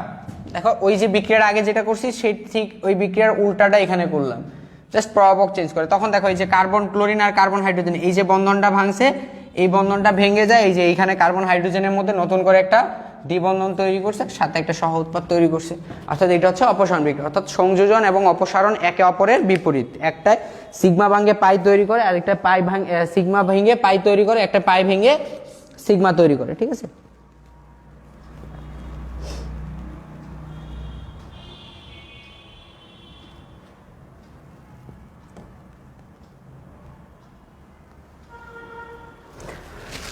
ঠিক আছে, এই হচ্ছে জৈব। তো দেখো একটা জৈব বিক্রিয়ার যে মেকানিজমটা, মেইনলি একটা জৈব বিক্রিয়ার যে মেকানিজম, সেই মেকানিজমটা আসলে কি, জৈব বিক্রিয়ার যে মেইন যে মেকানিজম সেটা হচ্ছে যে আমাদের জৈব বিক্রিয়ার যে জৈব অংশ থাকবে সেই জৈব অংশটাকে ভাঙতে হবে, রাইট। একটা জৈব বিক্রিয়ার মেকানিজমে যে জৈব অংশ থাকবে সেই জৈব অংশটাকে কি করতে হবে, ভাঙতে হবে, প্লাস তার সাথে একটা বিকারক থাকতে হবে।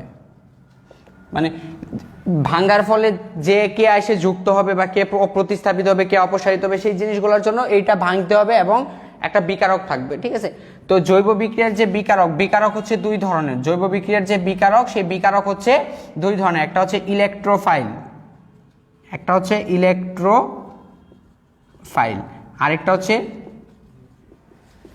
নিউক্লিওফাইল। জৈব বিক্রিয়ায় বিকারক হচ্ছে দুই ধরনের, একটা হচ্ছে ইলেকট্রোফাইল, আরেকটা হচ্ছে নিউক্লিওফাইল। ঠিক আছে, ইলেকট্রোফাইল মানে হচ্ছে যারা ইলেকট্রনকে ভালোবাসে। এইখানে কিন্তু তোমরা ভুল করো, এমসিকিউ গুলাতে এই জায়গায় কিন্তু তোমরা ভুল করো। ইলেকট্রোফাইল মানে যার ইলেকট্রন বেশি আছে।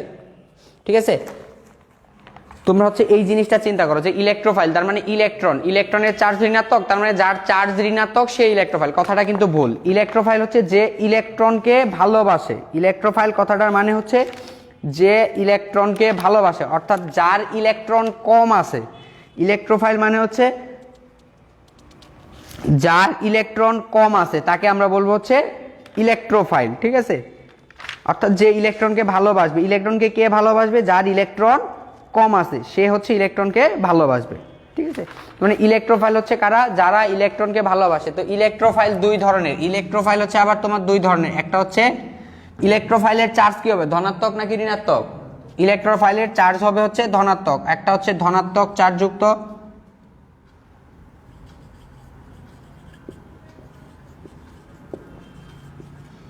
আরেকটা হচ্ছে প্রশম। একটা হচ্ছে ধনাত্মক চার্জযুক্ত ইলেকট্রোফাইল, আরেকটা হচ্ছে প্রশম ইলেকট্রোফাইল। ধনাত্মক চার্জযুক্ত ইলেকট্রোফাইল কি? যত ক্যাটায়নিক শ্রেণীর যৌগ আছে, যেমন আমি যদি বলি H+, Cl+, R+, এরা সবাই আসলে ইলেকট্রোফাইল। অর্থাৎ যত যৌগের মাথায় প্লাস চিহ্ন থাকবে তারা সবাই হচ্ছে ইলেকট্রোফাইল।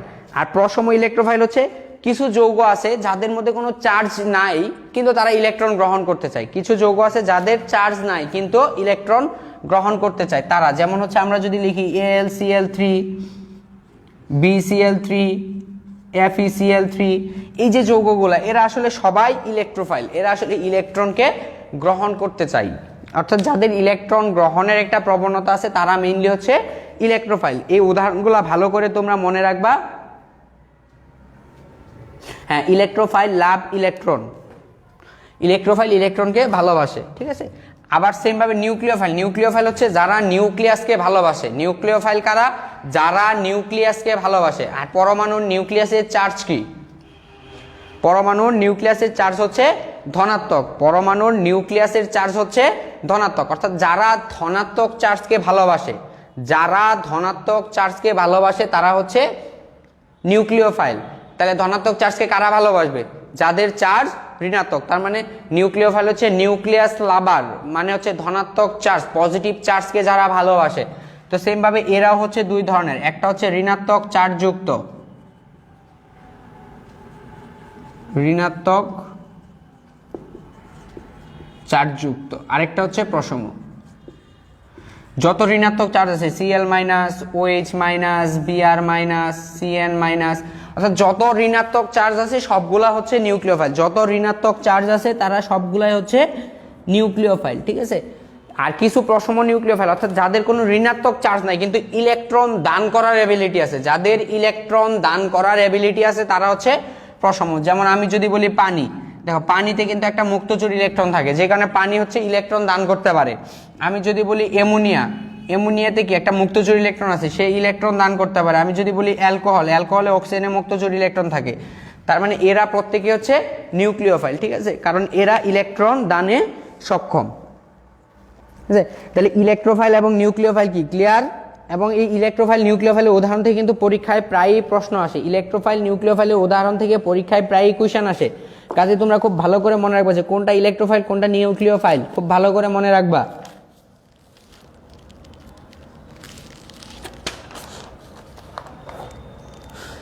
আচ্ছা, রুকসানা কমেন্ট করছি ইয়েস। হ্যাঁ, এটা আসলে খুব কঠিন জিনিস না, খুবই ইজি জিনিস। ইলেকট্রোফাইল নিউক্লিওফাইলের গঠন এগুলা খুবই সহজ জিনিস, একটু চিন্তা করলেই তোমরা পারবা। খালি এই জায়গাটায় পেঁচ লাগাও না যে ইলেকট্রোফাইল মানে হচ্ছে ঋণাত্মক চার্জ, এইটা তোমরা ভুল করো না। এই জায়গাটায় তোমরা সবাই ভুল করো যে ইলেকট্রোফাইল মানে হচ্ছে যার ঋণাত্মক চার্জ, ইলেকট্রনের চার্জ ঋণাত্মক, তার মানে ইলেকট্রোফাইল ঋণাত্মক। এই জিনিসটা যদি তোমরা ভুল না করো তাইলেই তোমাদের হয়ে যাবে, আর কিছু করতে হবে না, ঠিক আছে। সো এইটুকু মনে রাখবো যে ইলেকট্রোফাইল মানে হচ্ছে ইলেকট্রন লাভার, যারা ইলেকট্রনকে লাভ করে। আচ্ছা, ঠিক আছে, তাহলে আক্রমণকারী বিকারক বোঝা গেল। আর একটা জিনিস কি থাকে, জৈব যৌগের হচ্ছে বন্ধন বিভাজন হয়। জৈব যৌগের কি হয়? বন্ধনের বিভাজন ঘটে। জৈব যৌগে বন্ধনের বিভাজন ঘটে। তাহলে বন্ধন বিভাজন, বন্ধন বিভাজন,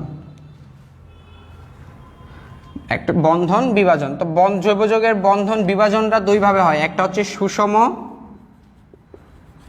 আর এটা হচ্ছে বিষম। জৈব যৌগের বন্ধনটা দুই ভাবে ঘটে, একটা হচ্ছে সুষম বিভাজন আর একটা হচ্ছে বিষম বিভাজন। সুষম বিভাজনের ফলে ফ্রি রেডিক্যাল তৈরি হয়। সুষম বিভাজনের ফলে ফ্রি রেডিক্যাল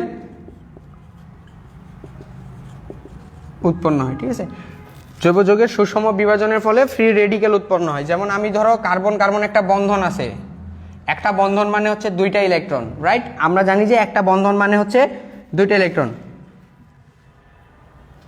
হ্যাঁ, আমরা জানি যে তোমরা হচ্ছে ওই ইলেকট্রোফাইল আর নিউক্লিওফাইল ওই জায়গাটাই ভুল করো। ইলেকট্রোফাইল মানে হচ্ছে ঋণাত্মক চার্জ পাবো আর নিউক্লিওফাইল মানে ধনাত্মক চার্জ পাবো। তার মানে ওই জায়গাটা তোমরা প্যাচ লাগাও, ওইটা ভুল করবে না। ইলেকট্রোফাইল মানে হচ্ছে ইলেকট্রন ফিলার, মানে যে ইলেকট্রনকে ফিল করে, ঠিক আছে। তো সুষম বিভাজন, যেমন সুষম মানে কি, একটা বন্ধন মানে দুইটা ইলেকট্রন, দুইটা ইলেকট্রন যদি দুইটা পরমাণুর কাছে যায় তাহলে সেটাকে আমরা সুষম বিভাজন বলবো। তাহলে তখন একক ইলেকট্রন বিশিষ্ট দুইটা কার্বন পরমাণু তৈরি হবে। তো এক ইলেকট্রন যুক্ত যে পরমাণু সৃষ্টি হয় সেটাকে আমরা বলি হচ্ছে, ঠিক আছে, তাহলে সেটাকে আমরা কি বলি, এক ইলেকট্রন বিশিষ্ট যে কার্বন পরমাণু পাই সেটাকে আমরা বলি হচ্ছে কার্বন ফ্রি রেডিক্যাল, ঠিক আছে। বন্ধনের সুষম বিভাজনের ফলে ফ্রি রেডিক্যাল তৈরি হয়। ফ্রি রেডিক্যালের মধ্যে যে ফ্রি রেডিক্যাল তার মধ্যে একটা মুক্ত ইলেকট্রন থাকে, এক জোড় কিন্তু না। ফ্রি রেডিক্যালে মুক্ত ইলেকট্রন কয়টা থাকে? মুক্ত ইলেকট্রন থাকে একটা, এক জোড়া কিন্তু না। মুক্ত ইলেকট্রন কয়টা থাকবে? মুক্ত ইলেকট্রন থাকবে একটা, ঠিক আছে। এরপরে ফ্রি রেডিক্যালগুলো হচ্ছে অত্যন্ত সক্রিয়। ফ্রি রেডিক্যাল সমূহ অত্যন্ত সক্রিয়, এরা খুব দ্রুত বিক্রিয়া করে। ফ্রি রেডিক্যাল সমূহ হচ্ছে অত্যন্ত সক্রিয়, এরা খুব দ্রুত বিক্রিয়া করে, ঠিক আছে। তারপর হচ্ছে ফ্রি রেডিক্যাল সমূহ বিক্রিয়া কন্টিনিউয়াস অর্থাৎ চেইন আকারে এরা বিক্রিয়া করতে থাকে। ফ্রি রেডিক্যাল সমূহ কি করে, চেইন আকারে বিক্রিয়া করতে থাকে, ঠিক আছে। ফ্রি রেডিক্যালের কিছু বৈশিষ্ট্য আছে, বৈশিষ্ট্যগুলো তোমাদের বই থেকে পড়ে নিতে হবে, ঠিক আছে। আচ্ছা, বিষম বিভাজন। বিষম বিভাজন মানে হচ্ছে বন্ধনটা সুষমভাবে হয় না। যেমন ধরো একটা বন্ধন আছে, কার্বন কার্বন বন্ধন আছে সাপোজ, তো এই কার্বন কার্বন বন্ধনের যদি বিভাজন ঘটে, মেইনলি আসলে এখানে কার্বন কার্বনের বিভাজন ঘটে না, মেইনলি এখানে কার্বনের সাথে অন্য কোনো একটা পরমাণু আছে। ধরো সে আমরা ধরলাম হচ্ছে কার্বনের সাথে অক্সিজেন যুক্ত আছে, তো কার্বন আর অক্সিজেনের মধ্যে তড়িৎ ঋণাত্মকতা কার বেশি? কার্বন এবং অক্সিজেনের মধ্যে তড়িৎ ঋণাত্মকতা কার বেশি? অক্সিজেনের বেশি। কাজে ইলেকট্রন কি করে, অক্সিজেনের কাছে চলে যায়, চলে গেলে ধনাত্মক চার্জযুক্ত একটা কার্বন সৃষ্টি হয়। আবার যদি আমাদের বন্ধনটা হয় কার্বন আর ম্যাগনেসিয়াম ধাতুর মধ্যে, সে ধরো কার্বন আর ম্যাগনেসিয়ামের মধ্যে বন্ধন, তাহলে তড়িৎ ঋণাত্মকতা কার বেশি? এক্ষেত্রে কার্বনের বেশি, তখন কার্বন ইলেকট্রন নিয়ে আসে, তখন সেটাকে আমরা বলি হচ্ছে ঋণাত্মক চার্জযুক্ত কার্বন, ঠিক আছে। তো বন্ধন বিভাজনের ফলে হয় কার্বন ইলেকট্রন হারায়, না হয় কার্বন ইলেকট্রন লাভ করে। অর্থাৎ এইখানে আর সুষমভাবে বিভাজিত হয় না। যৌগটার বন্ধনটা যদি বিষম বিভাজন ঘটে, তাহলে এখানে কি হয়, হয় কার্বন ইলেকট্রন হারায় অথবা কার্বন ইলেকট্রন পায়, ঠিক আছে। তো দেখো, ধনাত্মক চার্জযুক্ত যে কার্বন তৈরি হয় এটাকে আমরা বলি হচ্ছে কার্বো ক্যাটায়ন বা কার্বনায়ন। না, এটা কার্বন, এটা কার্বনিয়াম আয়ন।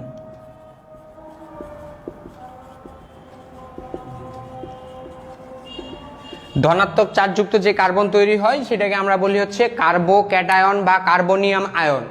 আর ঋণাত্মক চার্জযুক্ত যে কার্বন তৈরি হয় সেটাকে আমরা বলি হচ্ছে কার্বো অ্যানায়ন বা কার্বনায়ন, ঠিক আছে।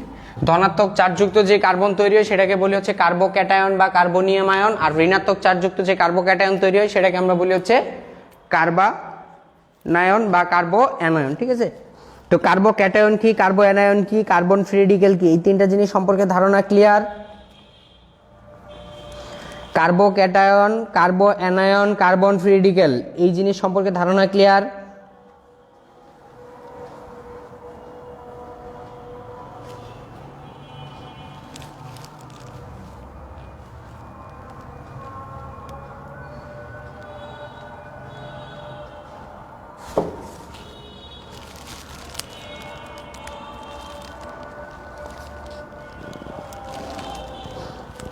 ফ্রি রেডিক্যালটা বলেন আবার। আচ্ছা, ফ্রি রেডিক্যাল হচ্ছে একটা বন্ধনের সুষম বিভাজন। তো আমরা নর্মালি জানি কি, একটা বন্ধন মানে হচ্ছে দুইটা ইলেকট্রন, একটা বন্ধন মানে হচ্ছে দুইটা ইলেকট্রন, ঠিক আছে। একটা বন্ধন মানে হচ্ছে দুইটা ইলেকট্রন।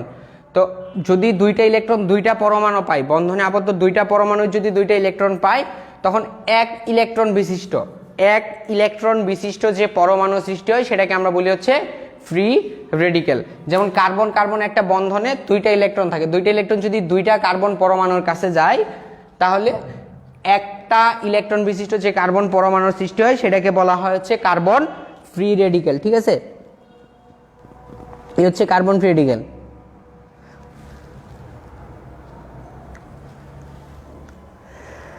আর যদি বিষম বিভাজন হয় তাহলে ইলেকট্রন হারানোর, কার্বন ইলেকট্রন হারাইতে পারে অথবা কার্বন ইলেকট্রন গ্রহণ করতে পারে। তো কার্বন ইলেকট্রন যদি হারায় তাহলে ধনাত্মক চার্জের সৃষ্টি হয়, যেটাকে আমরা বলি হচ্ছে কার্বো ক্যাটায়ন বা কার্বনিয়াম আয়ন। আর যদি কার্বন ইলেকট্রন লাভ করে তাহলে সেটাকে আমরা বলি হচ্ছে কার্বো অ্যানায়ন বা কার্বনায়ন, ঠিক আছে। এই হচ্ছে কার্বো ক্যাটায়ন আর কার্বো অ্যানায়ন এবং কার্বন ফ্রি রেডিক্যাল, ঠিক আছে। আচ্ছা, তারপর আসে আমাদের হচ্ছে লাস্ট টপিক, সমানতা। সমানতা সহজ না কঠিন? তো বলো তো, সমানতা তোমাদের কাছে কঠিন লাগে নাকি সহজ লাগে?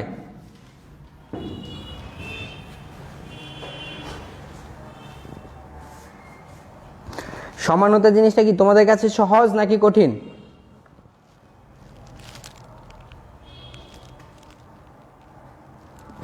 আচ্ছা, রোকসানার কাছে সহজ লাগে, ফারহানা তাসনিম কঠিন, একটু কঠিন, আবির হোসেন একটু কঠিন, বশির উদ্দিন ইজি। আচ্ছা দেখো, এটা আসলে একটা নর্মাল সেন্সে যদি চিন্তা করি সমানতা খুব সহজ, আবার সমানতা খুব কঠিন, কিন্তু এডমিশন টেস্টে আসলে সমানতাটা কঠিন হচ্ছে ওই জায়গায় যে একটা যৌগ দিয়ে বলে এই যৌগের কয়টা সমানো সম্ভব, ওই জায়গাগুলো সবচেয়ে বেশি কঠিন। ঠিক আছে, ওই জায়গাগুলো, যে জায়গাগুলো হচ্ছে আমাদের সমানতার সংখ্যাটা নির্ধারণ করতে বলবে ওইগুলো কঠিন। তাছাড়া বাকি যে জিনিসগুলো সেগুলো খুব একটা কঠিন হয় না। তবে হ্যাঁ, আমাদের ভর্তি পরীক্ষায় বেসিক্যালি বিশ্ববিদ্যালয় লেভেলগুলোতে নর্মালি যে কোয়েশ্চেন করে সেটা হচ্ছে মেইনলি তোমাদের স্টেরিও সমানতা থেকে মেইনলি প্রশ্ন করবে। আমাদের মেইনলি হচ্ছে সমানতা যে পার্টটা, এটাকে আমরা দুইটা ভাগে ভাগ করি, একটা হচ্ছে গাঠনিক আর একটা হচ্ছে স্টেরিও, এই দুইটা ভাগে আমরা ভাগ করি। তো গাঠনিকের মধ্যে ক্রিটিক্যাল ওইটাই যে কয়টা সমানো সম্ভব, ওই জায়গাটা হচ্ছে একটু ক্রিটিক্যাল। গাঠনিকের মধ্যে যদি প্রশ্ন করে যে কয়টা সমানো সম্ভব সেটা কঠিন, কিন্তু যদি গাঠনিক কোনটা কোন ধরনের সমানো সেটা আবার সহজ হয়। কিন্তু আমাদের মেইনলি প্রশ্ন আসে হচ্ছে এই স্টেরিও থেকে। ঠিক আছে, আমাদের মেইনলি প্রশ্ন আসবে স্টেরিও থেকে। তো আমাদের গাঠনিককে আমরা 5টা ভাগে ভাগ করতে পারি, গাঠনিক সমানতাকে আমরা 5টা ভাগে ভাগ করতে পারি। যেমন প্রথমে হচ্ছে শিকল সমাণু, শিকল সমাণু। ঠিক আছে, গাঠনিকের একটা হচ্ছে শিকল বা চেইন সমাণু, গাঠনিকের একটা হচ্ছে শিকল বা চেইন সমাণু।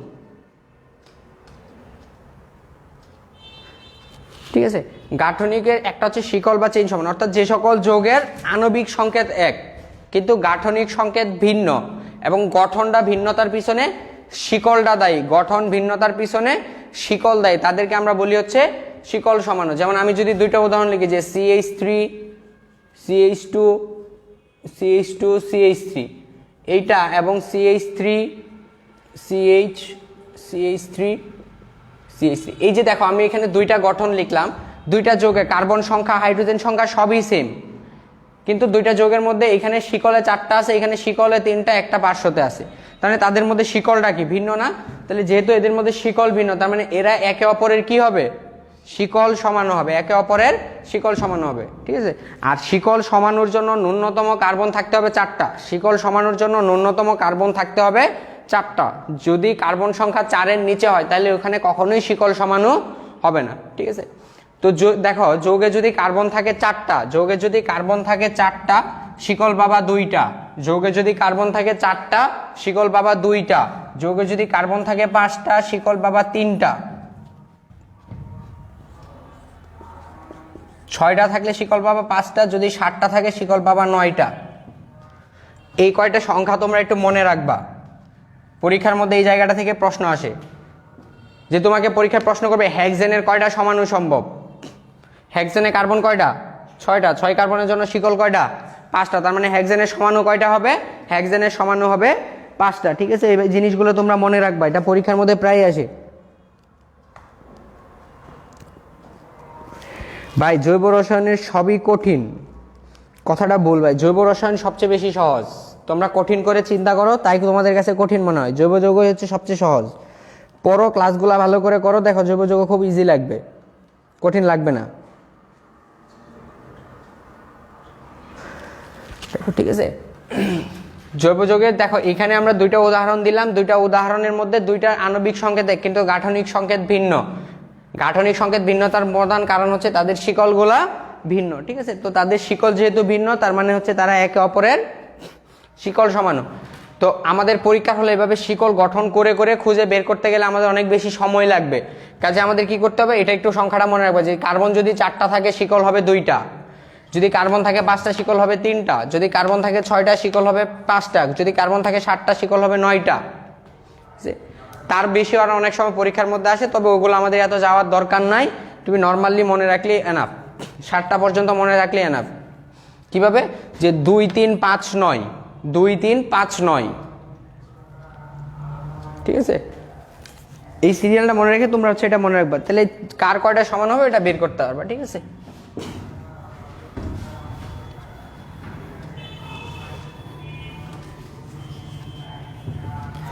দুই নাম্বার হচ্ছে অবস্থান সমাণু। 2 নাম্বার হচ্ছে অবস্থান সমাণু, অর্থাৎ যাদের আণবিক সংকেত এবং গাঠনিক সংকেত ভিন্ন কিন্তু কার্যকরী মূলকের অবস্থান ভিন্ন ভিন্ন জায়গায়।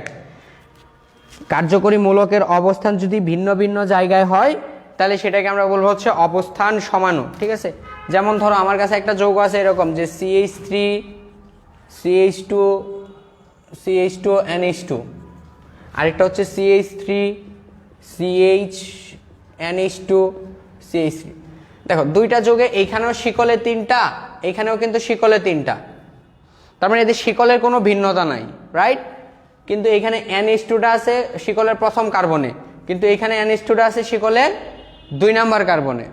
তার মানে এখানে NH2 একবার 1 নম্বরে ছিল, একবার NH2 আছে 2 নম্বরে। তার মানে NH2 যে কার্যকরী মূলক অর্থাৎ এমিন যে কার্যকরী মূলক আছে তার অবস্থানগত যে সংখ্যাটা সেটা ভিন্ন হয়েছে।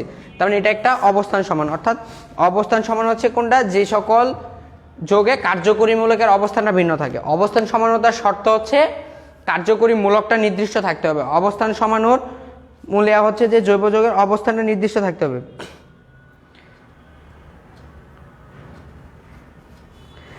দুইটা করে কম না ভাই, দুইটা করে কম কইলো।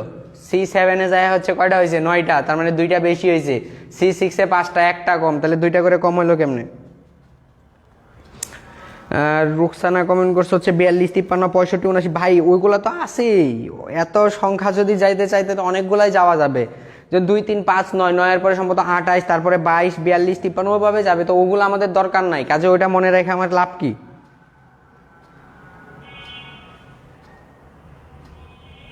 ঠিক আছে, তার মানে হচ্ছে অবস্থান সমানু কি, যে যাদের অবস্থানগত অবস্থান ভিন্ন। তারপর হচ্ছে কার্যকরী মূলক সমানু। তারপর হচ্ছে কার্যকরী মূলক সমান, অর্থাৎ দুইটা গঠনের মধ্যে যদি কার্যকরী মূলকটা আলাদা থাকে, দুইটা গঠনের মধ্যে যদি কার্যকরী মূলকটা আলাদা থাকে তাহলে সেটাকে আমরা বলবো হচ্ছে কার্যকরী মূলক সমানু। যেমন ধরো আমরা হচ্ছে যদি লিখি CH3 CH2OH, আমার এটা একটা যৌগ, অথবা এটাকে আমরা লিখতে পারি CH3O CH3। দেখো আমাদের দুইটা কিন্তু একই সংখ্যক, একটা কার্বন, 2টা কার্বন, একটা অক্সিজেন, 6টা হাইড্রোজেন আছে, কিন্তু একটাতে কার্যকরী মূলক আছে OH, আরেকটাতে আছে শুধু O, যেটাকে আমরা বলি হচ্ছে ইথার। একটাতে OH কার্যকরী মূলক, আরেকটাতে শুধু O। তার মানে এই দুইটার মধ্যে পার্থক্যটা কোন জায়গায়? পার্থক্য হচ্ছে কার্যকরী মূলকে। তার মানে এরা হচ্ছে একে অপরের কার্যকরী মূলক সমানু। ঠিক আছে, এরা হচ্ছে একে অপরের কার্যকরী মূলক সমানু। ঠিক আছে, এটা ভালো করে খেয়াল রাখতে হবে। তো কোন সংকেত দ্বারা কোন কার্যকরী মূলক সমানু হয় সেটা একটু লিখে নাও। কোন সংকেত দ্বারা কোন কার্যকরী মূলক সমানু হয় সেটা তোমরা একটু লিখে নাও। অল্প কয়েকটা লিখে রেখে মুখস্থ করলে আনাব। যেমন CnH2n+2O যদি থাকে তাহলে এখান থেকে আমরা পাবো হচ্ছে অ্যালকোহল আর ইথার।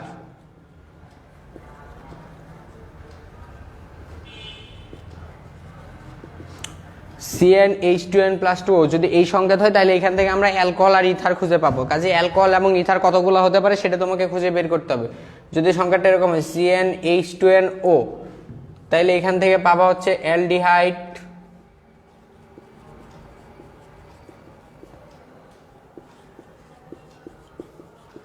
কিটোন, ইনল, চাক্রিক অ্যালকোহল, এটা হচ্ছে চাক্রিক ইথার। ঠিক আছে, যদি যৌগটা সাধারণ সংকেত হয় CnH2nO, তাহলে তুমি এই জায়গা থেকে কি কি কার্যকরী মূলকযুক্ত সংকেত পাবা সেটা হচ্ছে অ্যালডিহাইডের একটা পাবা, কিটোন পাবা, ইনল পাবা, চাক্রিক অ্যালকোহল পাবা, চাক্রিক ইথার পাবা। ঠিক আছে,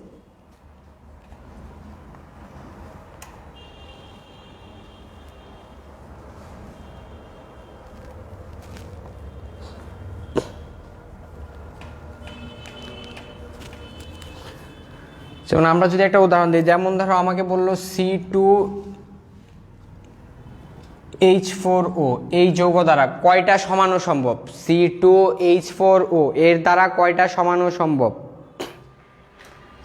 ঠিক আছে, তাহলে এটা দিয়ে আমরা কি কি করতে পারি, এটা দেখো CnH2nO ওই সংকেতটাকে সমর্থন করে, তাহলে আমরা প্রথমে এটা দিয়ে অ্যালডিহাইড করতে পারি। তাহলে একটা অ্যালডিহাইড করো CH3CHO, এই একটা অ্যালডিহাইড ছাড়া আর কোনো অ্যালডিহাইডকে এটা দিয়ে বের করতে পারবা? এটা দিয়ে এই সংকেত থেকে এই একটা অ্যালকোহল ছাড়া আর কোনো অ্যালডিহাইড আসবে? আর কোনো অ্যালডিহাইড কিন্তু আসবে না। কাজে অ্যালডিহাইড। কিটোন, কিটোনের জন্য ন্যূনতম 3টা কার্বন দরকার, কিটোনের জন্য ন্যূনতম 3টা কার্বন দরকার। এখানে কি 3টা কার্বন আছে? নাই, তার মানে এটা দিয়ে কিটোন হবে না। তারপর ইনল, ইনল মানে হচ্ছে কি দ্বিবন্ধনও থাকবে অ্যালকোহলও থাকবে, দ্বিবন্ধনও থাকবে, অ্যালকোহলও থাকবে, তার মানে এটা দিয়ে ইনল হবে। তাহলে এখানে কয়টা সংকেত হইলো, একটা একটা দুইটা ইনল। তারপর হচ্ছে চাক্রিক অ্যালকোহল, এটা দিয়ে কি কোনো চাক্রিক অ্যালকোহল হবে?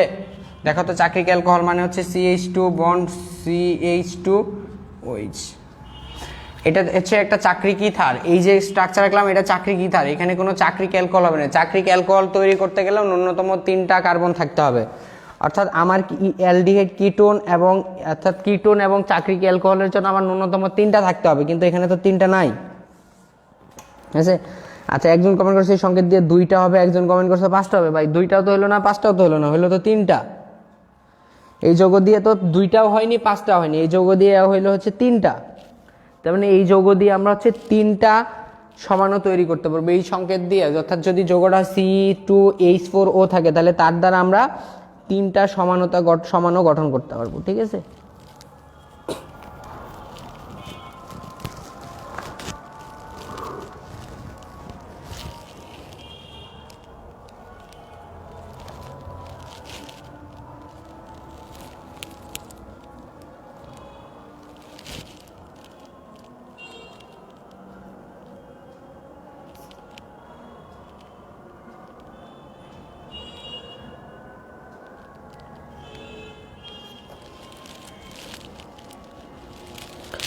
তাহলে এইভাবে হচ্ছে কোন কার্যকরীমূলক দিয়ে কি হয়, মেইনলি এই দুইটা মনে রাখলে হয়, কারণ আমাদের পরীক্ষায় এই দুইটা থেকেই প্রশ্ন বেশি আসে, ঠিক আছে।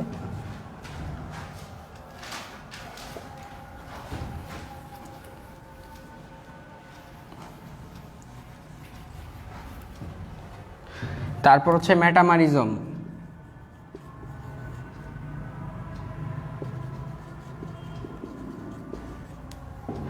মেটামারিজম হচ্ছে এক ধরনের অবস্থান সমাণু। মেটামারিজম হচ্ছে এক ধরনের অবস্থান সমাণু, শুধুমাত্র পার্থক্য হচ্ছে অবস্থান সমাণু সব কার্যকরীমূলক দেয়, কিন্তু মেটামারিজম সব কার্যকরীমূলক দেয় না। মেটামারিজম কারা দিবে? মেটামারিজম দিবে হচ্ছে ইথার কার্যকরীমূলক, সেকেন্ডারি এমিন কার্যকরীমূলক,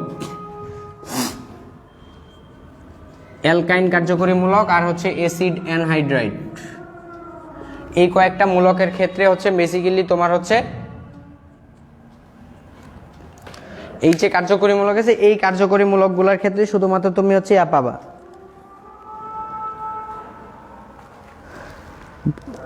সবই মাথার উপর দিয়েছে ভাই, এটাই স্বাভাবিক, কারণ অর্গানিক কেমিস্ট্রির ক্লাস 1 ঘন্টার বেশি কোনোভাবেই করা সম্ভব না। অর্গানিক কেমিস্ট্রির ক্লাস 1 ঘন্টার বেশি কোনোভাবেই করা সম্ভব না।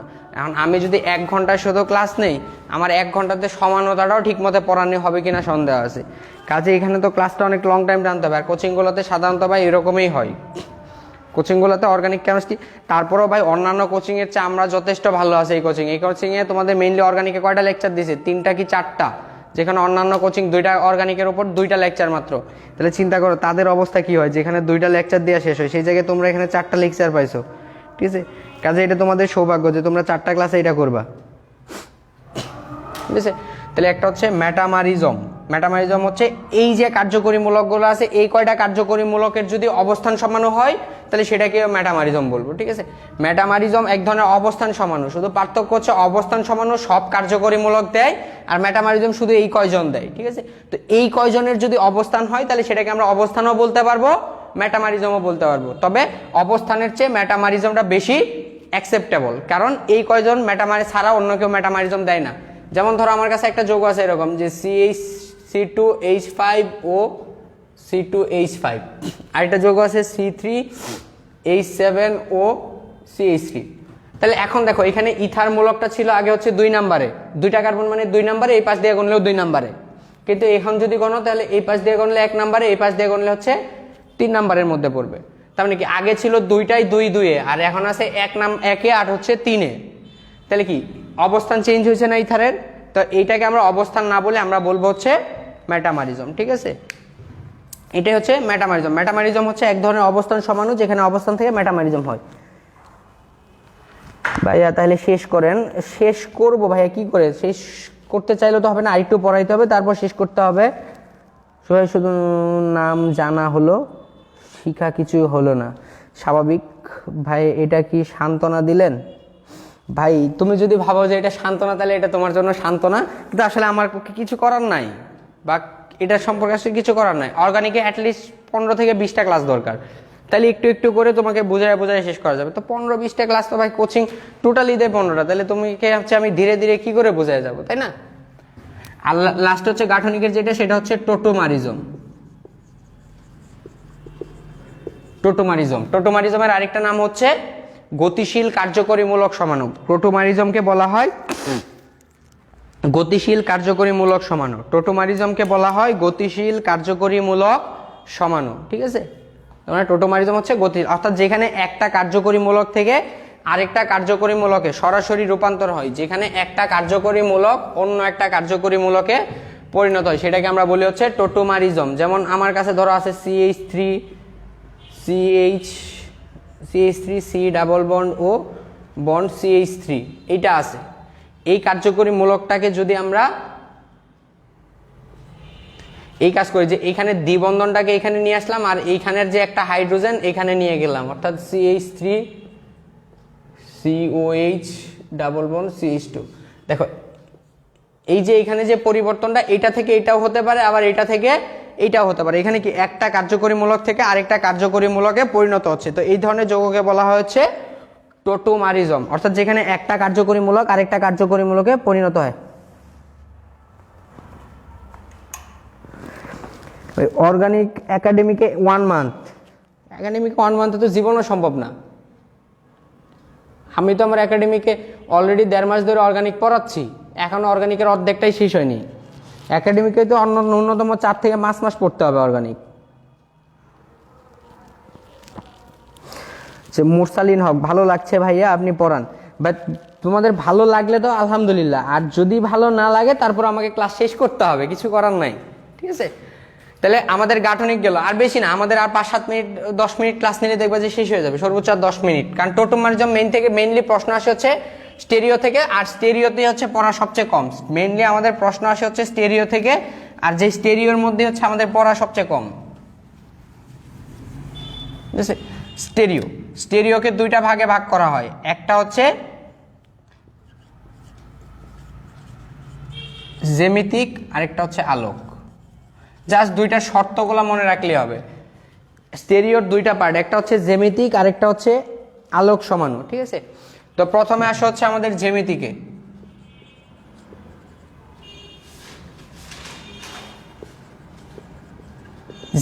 জ্যামিতিকের প্রথম শর্ত হচ্ছে হয় কার্বন কার্বন দ্বিবন্ধন থাকতে হবে অথবা যৌগটাকে চাকরিক থাকতে হবে।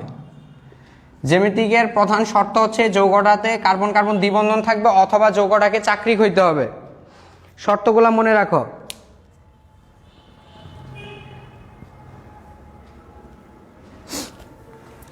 জ্যামিতিকের প্রথম শর্ত হচ্ছে যৌগটাতে হয় কার্বন কার্বন দ্বিবন্ধন থাকতে হবে অথবা যৌগটাকে চাকরিক হইতে হবে। তবে আমাদের পরীক্ষায় দ্বিবন্ধন দিয়েই সবচেয়ে বেশি প্রশ্ন আসে, কাজে দ্বিবন্ধনেরটা ভালো করে মনে রাখো, তাইলে এনাফ। এখন দেখো, একটা কার্বন যখন চাকরিক হয় বা দ্বিবন্ধন হয়, দ্বিবন্ধন হলে তা একটা নির্দিষ্ট কার্বনের কয়টা হাত ফাঁকা থাকছে? একটা কার্বন যখন দ্বিবন্ধন গঠন করে বা একটা কার্বন যখন চক্রে আবদ্ধ হয় তখন তার কয়টা করে হাত ফাঁকা আছে? দেখো তো, 2টা হাত ফাঁকা থাকে। একটা কার্বন যখন দ্বিবন্ধনে আবদ্ধ হয় বা চক্রে আবদ্ধ হয় তখন তার 2টা হাত ফাঁকা থাকে না? ওই যে 2টা হাত ফাঁকা আছে, এই 2টা ফাঁকা হাতে যদি 2টা ভিন্ন আলাদা আলাদা জিনিস থাকে, ঠিক আছে? একটা কার্বন যখন দ্বিবন্ধনে আবদ্ধ হয় তখন তার 2টা হাত ফাঁকা থাকে। ওই ফাঁকা 2টা হাতে যদি 2টা ভিন্ন জিনিস থাকে, ফাঁকা 2 হাতে যদি 2টা ভিন্ন জিনিস থাকে তবে ওই যৌগটা জ্যামিতিক সমানতা প্রদর্শন করবে। যে 2টা হাত ফাঁকা থাকে সেই 2টা হাতে যদি 2টা ভিন্ন ভিন্ন জিনিস থাকে তবে সে জ্যামিতিক সমানতা প্রদর্শন করে। এই যে শর্তটা, এই শর্তটা যদি মনে রাখতে পারো তাহলে দেখবা যে তোমার পরীক্ষার হলে অসংখ্য কুইশন তুমি কমন পাওয়া যাবা। কারণ এইটুকু থেকেই পরীক্ষায় প্রশ্ন দেয়। পরীক্ষার সবচেয়ে কমন প্রশ্ন, নিচের কোনটা জ্যামিতিক সমানতা দেয়, নিচের কোনটা স্টেরিও সমানতা দেয়। আরে ভাই, স্টেরিও আর জ্যামিতিক তো একই শর্ত, খালি স্টেরিওর মধ্যে আরেকটা প্রকারভেদ আছে আলোক, আলোকের শর্তটা পড়ে নিলেই এনাফ, ঠিক আছে? তাহলে জ্যামিতিকের শর্তটা কি? যে প্রথম হচ্ছে যৌগের মধ্যে কার্বন কার্বন দ্বিবন্ধন থাকবে অথবা যৌগটাকে চাকরিক হবে। আরেকটা শর্ত হচ্ছে দ্বিবন্ধনযুক্ত কার্বনের দুইটা হাতে দুইটা ভিন্ন জিনিস যুক্ত থাকবে, ঠিক আছে।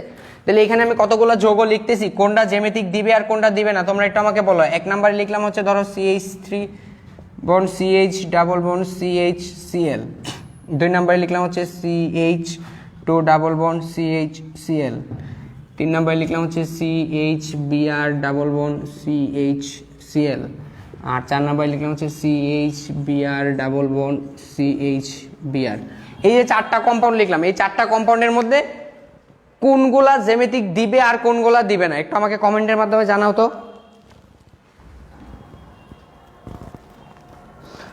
জ্যামিতিকের শর্ত কি, যৌগে কার্বন কার্বন দ্বিবন্ধন থাকতে হবে, আর একটা কার্বন যখন দ্বিবন্ধনে আবদ্ধ হয় তখন তার মধ্যে দুইটা হাত ফাঁকা থাকে এবং ওই ফাঁকা দুইটা হাতে দুইটা ভিন্ন জিনিস যুক্ত থাকতে হবে, ঠিক আছে। তাহলে এখন তোমরা বলো তো এখানে কোনটা জ্যামিতিক দিবে আর কোনটা দিবে না। 3 4 একজন করলো 3 4, 3 4 দিবে, আচ্ছা হ্যাঁ 3 4 দিবে। আর 1 2 কি দিবে না, একজন বললো 4 দিবে, শাহিন হোসাইন 4 দিবে, জিন্নাতুল রিতা 3 দিবে, 2 বাদে সবাই দিবে, 3 দিবে 3 দিবে। ফরিদুল ইসলাম কমেন্ট করছে হচ্ছে 2 বাদে সবাই দিবে, ওরটাই আসলে ঠিক। আর বাকিরা যারা আসলে কমেন্ট করছে তারা হচ্ছে ক্লিয়ার না এখনো ফুললি, কারণ দেখো এখানে 2 এর মধ্যে এই যে কার্বনের দ্বিবন্ধন আছে, এই কার্বনের 2টা হাইড্রোজেন আছে, কাজে এর পক্ষে সম্ভব না, বাকি সবার পক্ষে কিন্তু দেওয়া সম্ভব, কারণ এখানে দ্বিবন্ধনে একটা হাইড্রোজেন আছে একটা মিথাইল আছে, এই পাশে একটা হাইড্রোজেন আছে একটা ক্লোরিন আছে, মানে ভিন্ন জিনিস আছে। মূল কথা হচ্ছে দ্বিবন্ধনের একটা কার্বনে 2টা ভিন্ন ভিন্ন জিনিস থাকতে হবে, ঠিক আছে। রুকসানা কমেন্ট করছে 4 দিবে না, আপু 4 কেন দিবে না, 4 তো না দেওয়ার কিছু নাই, 4 অবশ্যই দিবে। দেখো 4-এর মধ্যে এই কার্বনের দ্বিবন্ধন আছে, এই কার্বনের দ্বিবন্ধনের মধ্যে একটা হাইড্রোজেন একটা ব্রোমিন, 2টা আলাদা জিনিস, এই কার্বনে একটা হাইড্রোজেন একটা ব্রোমিন, 2টা আলাদা জিনিস, তার মানে দেখছো এই কার্বন দিবে, 4 তো অবশ্যই দিবে, ঠিক আছে। এখানে মেইনলি হচ্ছে 2 নাম্বার বাদে বাকি সবাই দিবে, 1 আর 2 দিবে না। আপু 1 নাম্বার অবশ্যই দিবে, দেখো 1 নাম্বারের 2টা কার্বনের 2টা ভিন্ন ভিন্ন জিনিস আছে, 1 নাম্বার অবশ্যই দিবে, 1 নাম্বার বাদ যাবে না। হ্যাঁ 1 3 4 দিবে, ঠিক আছে। তাহলে তোমরা জ্যামিতিক মোটামুটি সবাই ক্লিয়ার, ঠিক আছে। এখন দেখো জ্যামিতিক যখন দেয় তখন কি হতে পারে, যেমন ধরো এই যে একটা যৌগ আছে, ধরো CAB = CAB, এই টাইপের যৌগগুলো আসলে সাধারণত জ্যামিতিক সমানতা দেয়। তো এখন এদেরকে আসলে স্ট্রাকচারটা আমরা এইভাবে লিখতে পারি AB, অথবা এইভাবে লিখতে পারি BA, 2টা ভাবেই কিন্তু আমরা দেখো লিখতে পারি। এখন দেখো এইখানে 2টা A বা 2টা B, এরা আসলে কি, এখানে 2টা B নিচে আছে 2টা A উপরে আছে, তার মানে একই জাতীয় জিনিস একই পাশে আছে না, একই জাতীয় জিনিস একই পাশে আছে। তো একই জাতীয় জিনিস যদি একই পাশে থাকে তাহলে আমরা সেটাকে বলি হচ্ছে সিস সমাণু। জ্যামিতিক সমানতার যদি একই জাতীয় জিনিস একই পাশে থাকে তাহলে সেটাকে আমরা বলি হচ্ছে সিস সমাণু। আর এখানে দেখো যে 2টা B আছে এইভাবে, আবার 2টা A আছে হচ্ছে এই বরাবর, অর্থাৎ তারা কর্নার বরাবর আছে, কোনাকুনি ভাবে আছে, বা 2টা ভিন্ন তলে আছে। একই জাতীয় জিনিস যদি 2টা আলাদা আলাদা তলে থাকে বা এক আড়াআড়ি অবস্থানে থাকে তাহলে সেটাকে আমরা বলি হচ্ছে ট্রান্স সমাণু, ঠিক আছে। তার মানে যারা জ্যামিতিক দিবে তাদের মধ্যে 2টা জিনিস হয়, একটা হচ্ছে সিস আর একটা হচ্ছে ট্রান্স। ভাইয়া সিস আর ট্রান্স কি, এই যে বললাম ভাই যে জ্যামিতিক সমানতার একই জাতীয় জিনিস যদি একই পাশে থাকে তাহলে সেটাকে আমরা বলবো হচ্ছে সিস, যদি 2টা আলাদা আলাদা পাশে থাকে, একই জাতীয় জিনিস যদি 2টা আলাদা আলাদা পাশে থাকে তাহলে সেটাকে আমরা বলি হচ্ছে ট্রান্স, ঠিক আছে। তাহলে এই হচ্ছে সিস আর ট্রান্স, ঠিক আছে। তাহলে সিস ট্রান্স কোনটা কিভাবে হয় সেটা তোমরা বের করতে নিবা, ঠিক আছে। একটা হচ্ছে সিস আর একটা হচ্ছে ট্রান্স, ঠিক আছে। তাহলে এই হচ্ছে আমাদের জ্যামিতিক। জ্যামিতিক থেকে প্রশ্ন আসবে এটা যে কোনটা সিস সমাণু, কোনটা সিস সমাণু নয়, কোনটা সিস ট্রান্স দেয়, কোনটা সিস ট্রান্স দেয় না, কোনটা জ্যামিতিক দেয়, কোনটা জ্যামিতিক দেয় না। একই জিনিস, প্রত্যেকটা প্রশ্নের মানেই হচ্ছে সেম, যে জ্যামিতিক সমানতা দিবে কি দিবে না সেটা আমাকে খুঁজে বের করতে হবে, ঠিক আছে।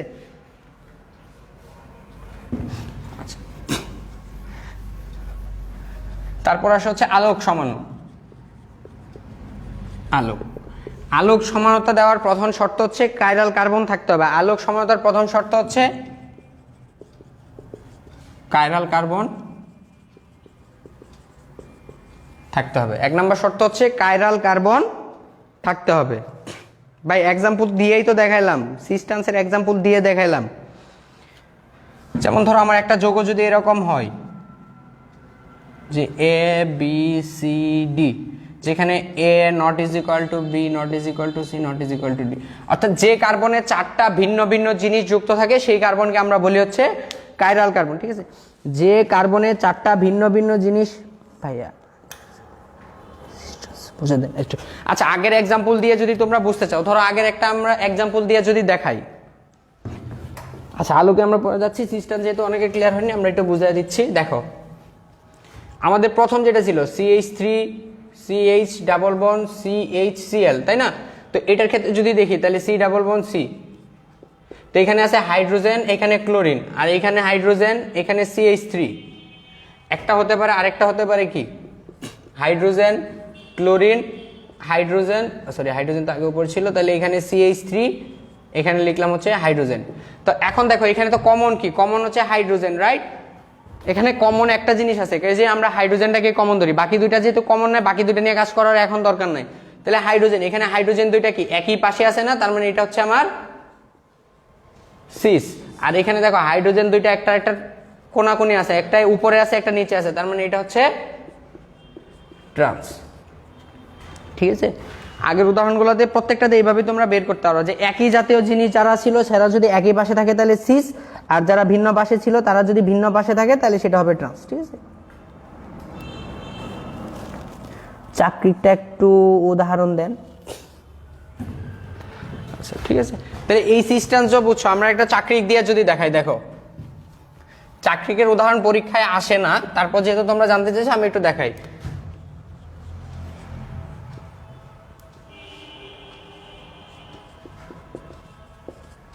এই যে আমার একটা চাকরিক যৌগ, দেখো চাকরিক যৌগের যে আমার প্রত্যেকটা এ আর এ এই দুইজনের মধ্যে কিন্তু জ্যামিতিক সমানুতা হওয়া সম্ভব, এইখানে না হলেও এই দুইটা জায়গায় সম্ভব। তাহলে যেটুকু সম্ভব সেইটুকুর মধ্যে আমরা যদি এখানে গঠন দেখাই তাহলে এরকম সি ধরো হচ্ছে, তাহলে এখানে কি আছে একটা হাইড্রোজেন একটা ব্রোমিন, এখানে আছে একটা হাইড্রোজেন একটা ক্লোরিন। তো এখন দেখো এই যে আমার হাইড্রোজেন দুইটা কি উপরের পাশে আছে না, তার মানে এরা হচ্ছে কি সিস। আর যদি গঠনটাকে এভাবে না লিখে আমরা যদি গঠনটাকে এভাবে লিখতাম যে CH2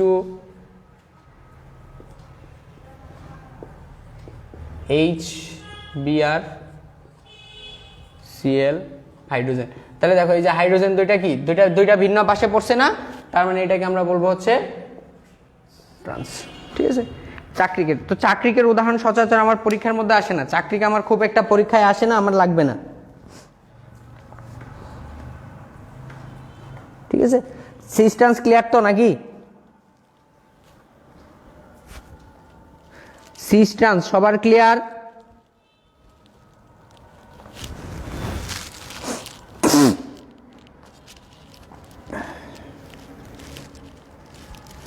সিস্টেমটা মেইনলি হচ্ছে গঠনের উপর নির্ভর করে, থ্রি ডাইমেনশনাল যে স্ট্রাকচার আছে, থ্রি ডাইমেনশনাল স্ট্রাকচারের উপর মেইনলি সিস্টেমটা নির্ভর করে। ঠিক আছে, তাহলে একটা যৌগে যদি 4টা ভিন্ন ভিন্ন পরমাণু থাকে তাহলে সেই কার্বনকে আমরা বলি হচ্ছে কাইরাল কার্বন। ঠিক আছে,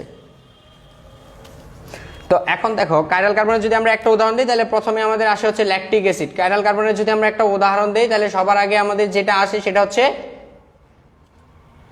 ল্যাকটিক অ্যাসিড। কই পাওয়া যায়?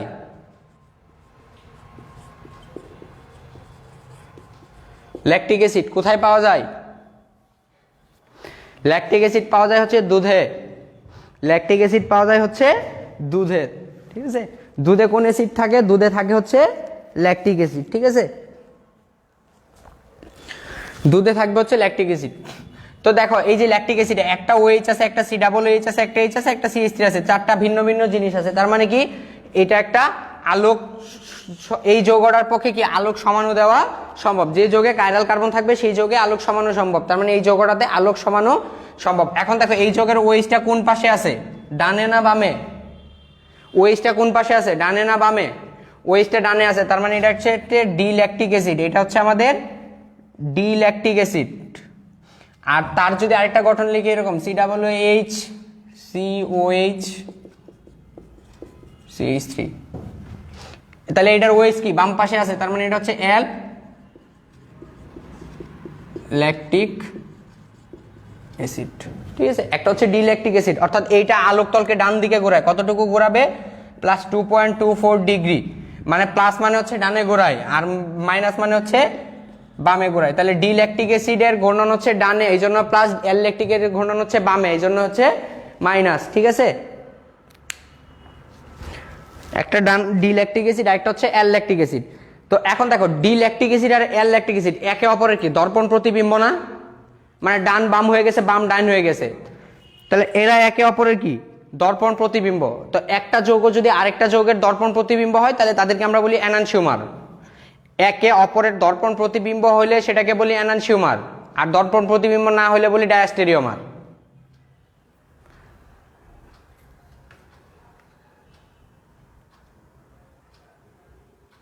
ঠিক আছে, একটা যৌগ যদি আরেকটার দর্পণ প্রতিবিম্ব হয় তাহলে সেটাকে বলি হচ্ছে এনানসিওমার, আর দর্পণ প্রতিবিম্ব যদি না হয় তাহলে সেটাকে আমরা বলি হচ্ছে ডায়াস্টেরিওমার। তার মানে ল্যাকটিক অ্যাসিড, ডিল্যাকটিক অ্যাসিড আর ল্যাকটিক অ্যাসিড একে অপরের এনানসিওমার, ঠিক আছে। তার মানে এদের একজনের ঘূর্ণন আরেকজনের ঘূর্ণনের কি বিপরীত না।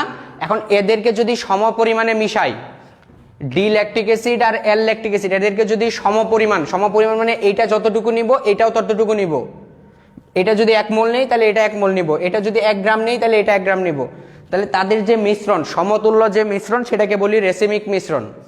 দুইটা এনানসিওমারের সমতুল্য যে মিশ্রণ সেটাকে বলি হচ্ছে রেসিমিক মিশ্রণ। দুইটা এনানসিওমারের সমতুল্য মিশ্রণকে বলা হয় রেসিমিক মিশ্রণ, যেখানে এল এবং ডি দুইটা সমানুই সমপরিমাণে থাকে। তাহলে রেসিমিক মিশ্রণের মোট ঘূর্ণন কত হবে, রেসিমিক মিশ্রণে এটা যতটুকু থাকে এটাও ততটুকু থাকে, তাহলে এটা যদি প্লাসে ঘোরায় এটা মাইনাসে ঘোরাবে, তার মানে মোট ঘূর্ণন কি হয়ে যাবে, 0। তার মানে রেসিমিক মিশ্রণে মোট ঘূর্ণন যেহেতু 0, তার মানে রেসিমিক মিশ্রণ হচ্ছে আলোক নিষ্ক্রিয়। রেসিমিক মিশ্রণ আলোক সমানতা দিবে কিন্তু আলোক সক্রিয় থাকবে না, সে কি হবে, আলোক নিষ্ক্রিয় হবে। কিন্তু শুধু ল্যাকটিক অ্যাসিড যদি হয়, শুধু ল্যাকটিক অ্যাসিড, ডিল্যাকটিক বা অ্যালল্যাকটিকের কথা চিন্তা করি, তাহলে তারা নির্দিষ্ট একটা দিকে আলোক তলকে ঘোরাবে, তার মানে তারা হবে আলোক সক্রিয়। তার মানে আলোক সমানতা দুই ধরনের, একটা হচ্ছে আলোক সক্রিয় আর একটা হচ্ছে আলোক নিষ্ক্রিয়। কারা আলোক নিষ্ক্রিয় আমাদের সিলেবাসের মধ্যে, রেসিমিক মিশ্রণ আর হচ্ছে মেসোযৌগ যারা, রেসিমিক মিশ্রণ এবং মেসোযৌগ যারা তারা হচ্ছে আলোক নিষ্ক্রিয়, আর বাকিগুলো আমাদের সিলেবাসে যারা আছে সবাই আলোক সক্রিয়। যেন আমরা যদি দেখি যে ধরো tartaric acid, COOH bond COH, tartaric acid কোথায় পাওয়া যায়, এটা হচ্ছে টার্টারিক অ্যাসিড কোথায় পাওয়া যায়, টার্টারিক অ্যাসিড কোথায় পাওয়া যায়, তোমরা সব ভুলে গেছো। টার্টারিক অ্যাসিড কোথায় পাওয়া যায়, তেঁতুল। বসিরউদ্দিন কমেন্ট করছে টার্টারিক অ্যাসিড তেঁতুল, রোকসানা তেঁতুল, হ্যাঁ তেঁতুলে টার্টারিক অ্যাসিড পাওয়া যায় হচ্ছে তেঁতুলে। তো দেখো টার্টারিক অ্যাসিডে 2টা কাইরাল কার্বন আছে, টার্টারিক অ্যাসিডে 2টা কাইরাল কার্বন আছে। এখন তাদের মাঝ বরাবর, ঠিক মাঝ বরাবর যদি একটা তল চিন্তা করি, দেখো তো তলের উপরের অংশ আর নিচের অংশ হুবহু সেম না, এই যৌগের তলের এই উপরের অংশ আর নিচের অংশ দুইটা অংশই কি সেম না, দুইটা অংশই সেম। তো যেহেতু এদের উপরের অংশ এবং নিচের অংশ সেম, তার মানে এরা একে অপরের, মানে এই ধরনের যৌগকে বলা হয় মেসোযৌগ। অর্থাৎ যে সকল যৌগে একাধিক কাইরাল কার্বন থাকার পরেও তাদের উপরের এবং নিচের অংশ সেম হয় তারা হচ্ছে মেসোযৌগ। তার মানে টার্টারিক অ্যাসিড কি একটা মেসোযৌগ, আর যারা মেসোযৌগ হয় তারা আলোক নিষ্ক্রিয় হয়, তার মানে টার্টারিক অ্যাসিড আলোক নিষ্ক্রিয়।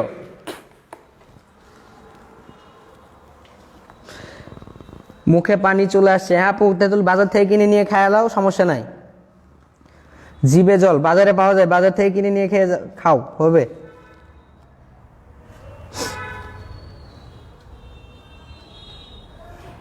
ঠিক আছে, তার মানে যাদের মধ্যে তল প্রতিসম অর্থাৎ তলের উপরে এবং নিচের অংশ সেম থাকে তারা হচ্ছে মেসোযৌগ। তো এখন দেখো ভাই টার্টারিক অ্যাসিডে কয়টা কাইরাল কার্বন আছে, 2টা না, তাহলে টার্টারিক অ্যাসিডের আলোক সমান হবে 2 to the power n। Tartaric অ্যাসিডের আলোক সমান 2 টু দি পাওয়ার n মানে হচ্ছে 2 স্কয়ার ইজ ইকুয়াল টু কত 4। তার মানে টার্টারিক অ্যাসিডে কয়টা আলোক সমান আছে, 4টা। টার্টারিক অ্যাসিডে আলোক সমান আছে হচ্ছে 4টা। কারণ কি, কাইরাল যে কোনো একটা যৌগের আলোক সমাণু সংখ্যা নির্ণয় করি হচ্ছে 2 টু দি পাওয়ার n এর সাহায্যে, যেখানে n হচ্ছে কি, n হচ্ছে কাইরাল কার্বন সংখ্যা, n হচ্ছে কাইরাল কার্বন সংখ্যা, n হচ্ছে কি কাইরাল কার্বন সংখ্যা।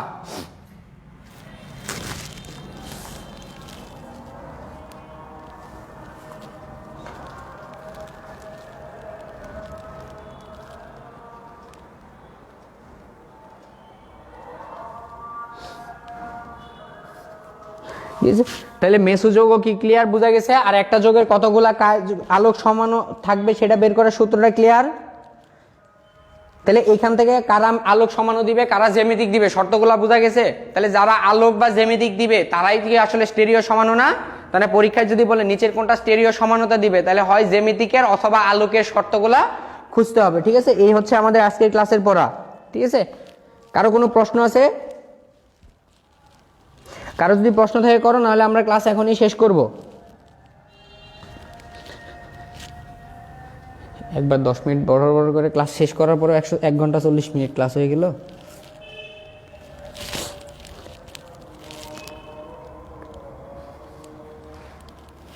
All clear?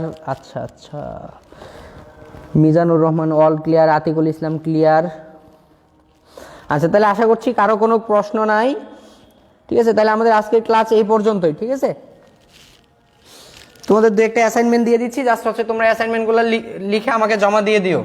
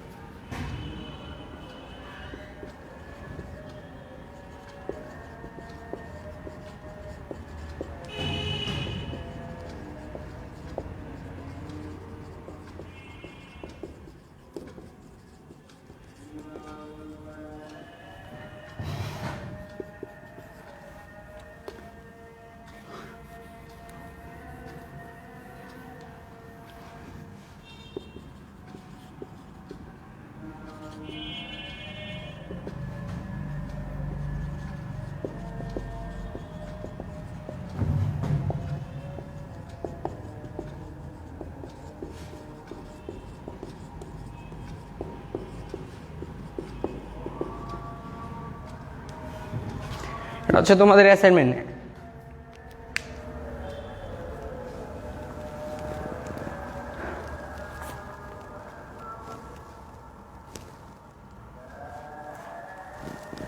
গুচ্ছর এক্সাম যদি থাকে তাহলে তোমাদের নেক্সট দিন গুচ্ছ এক্সাম আছে, কিন্তু এক্সাম তো আর প্রতিদিন না, এক্সামের পরে তোমরা জমা দিবা।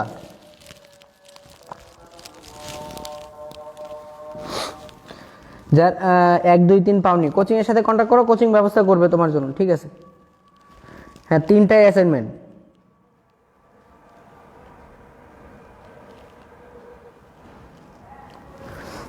রাজু আহমেদ ওকে, ভালো থাকবেন। হ্যাঁ ধন্যবাদ ভাইয়া, আমিও ভালো, তুমিও ভালো থাকো। অনলি ডিইউ রিটেন হবে? হ্যাঁ অনলি ডিইউ, বাকিগুলা এখনো সিদ্ধান্ত হয়নি, আর কোথাও রিটেন থাকবে কি থাকবে না।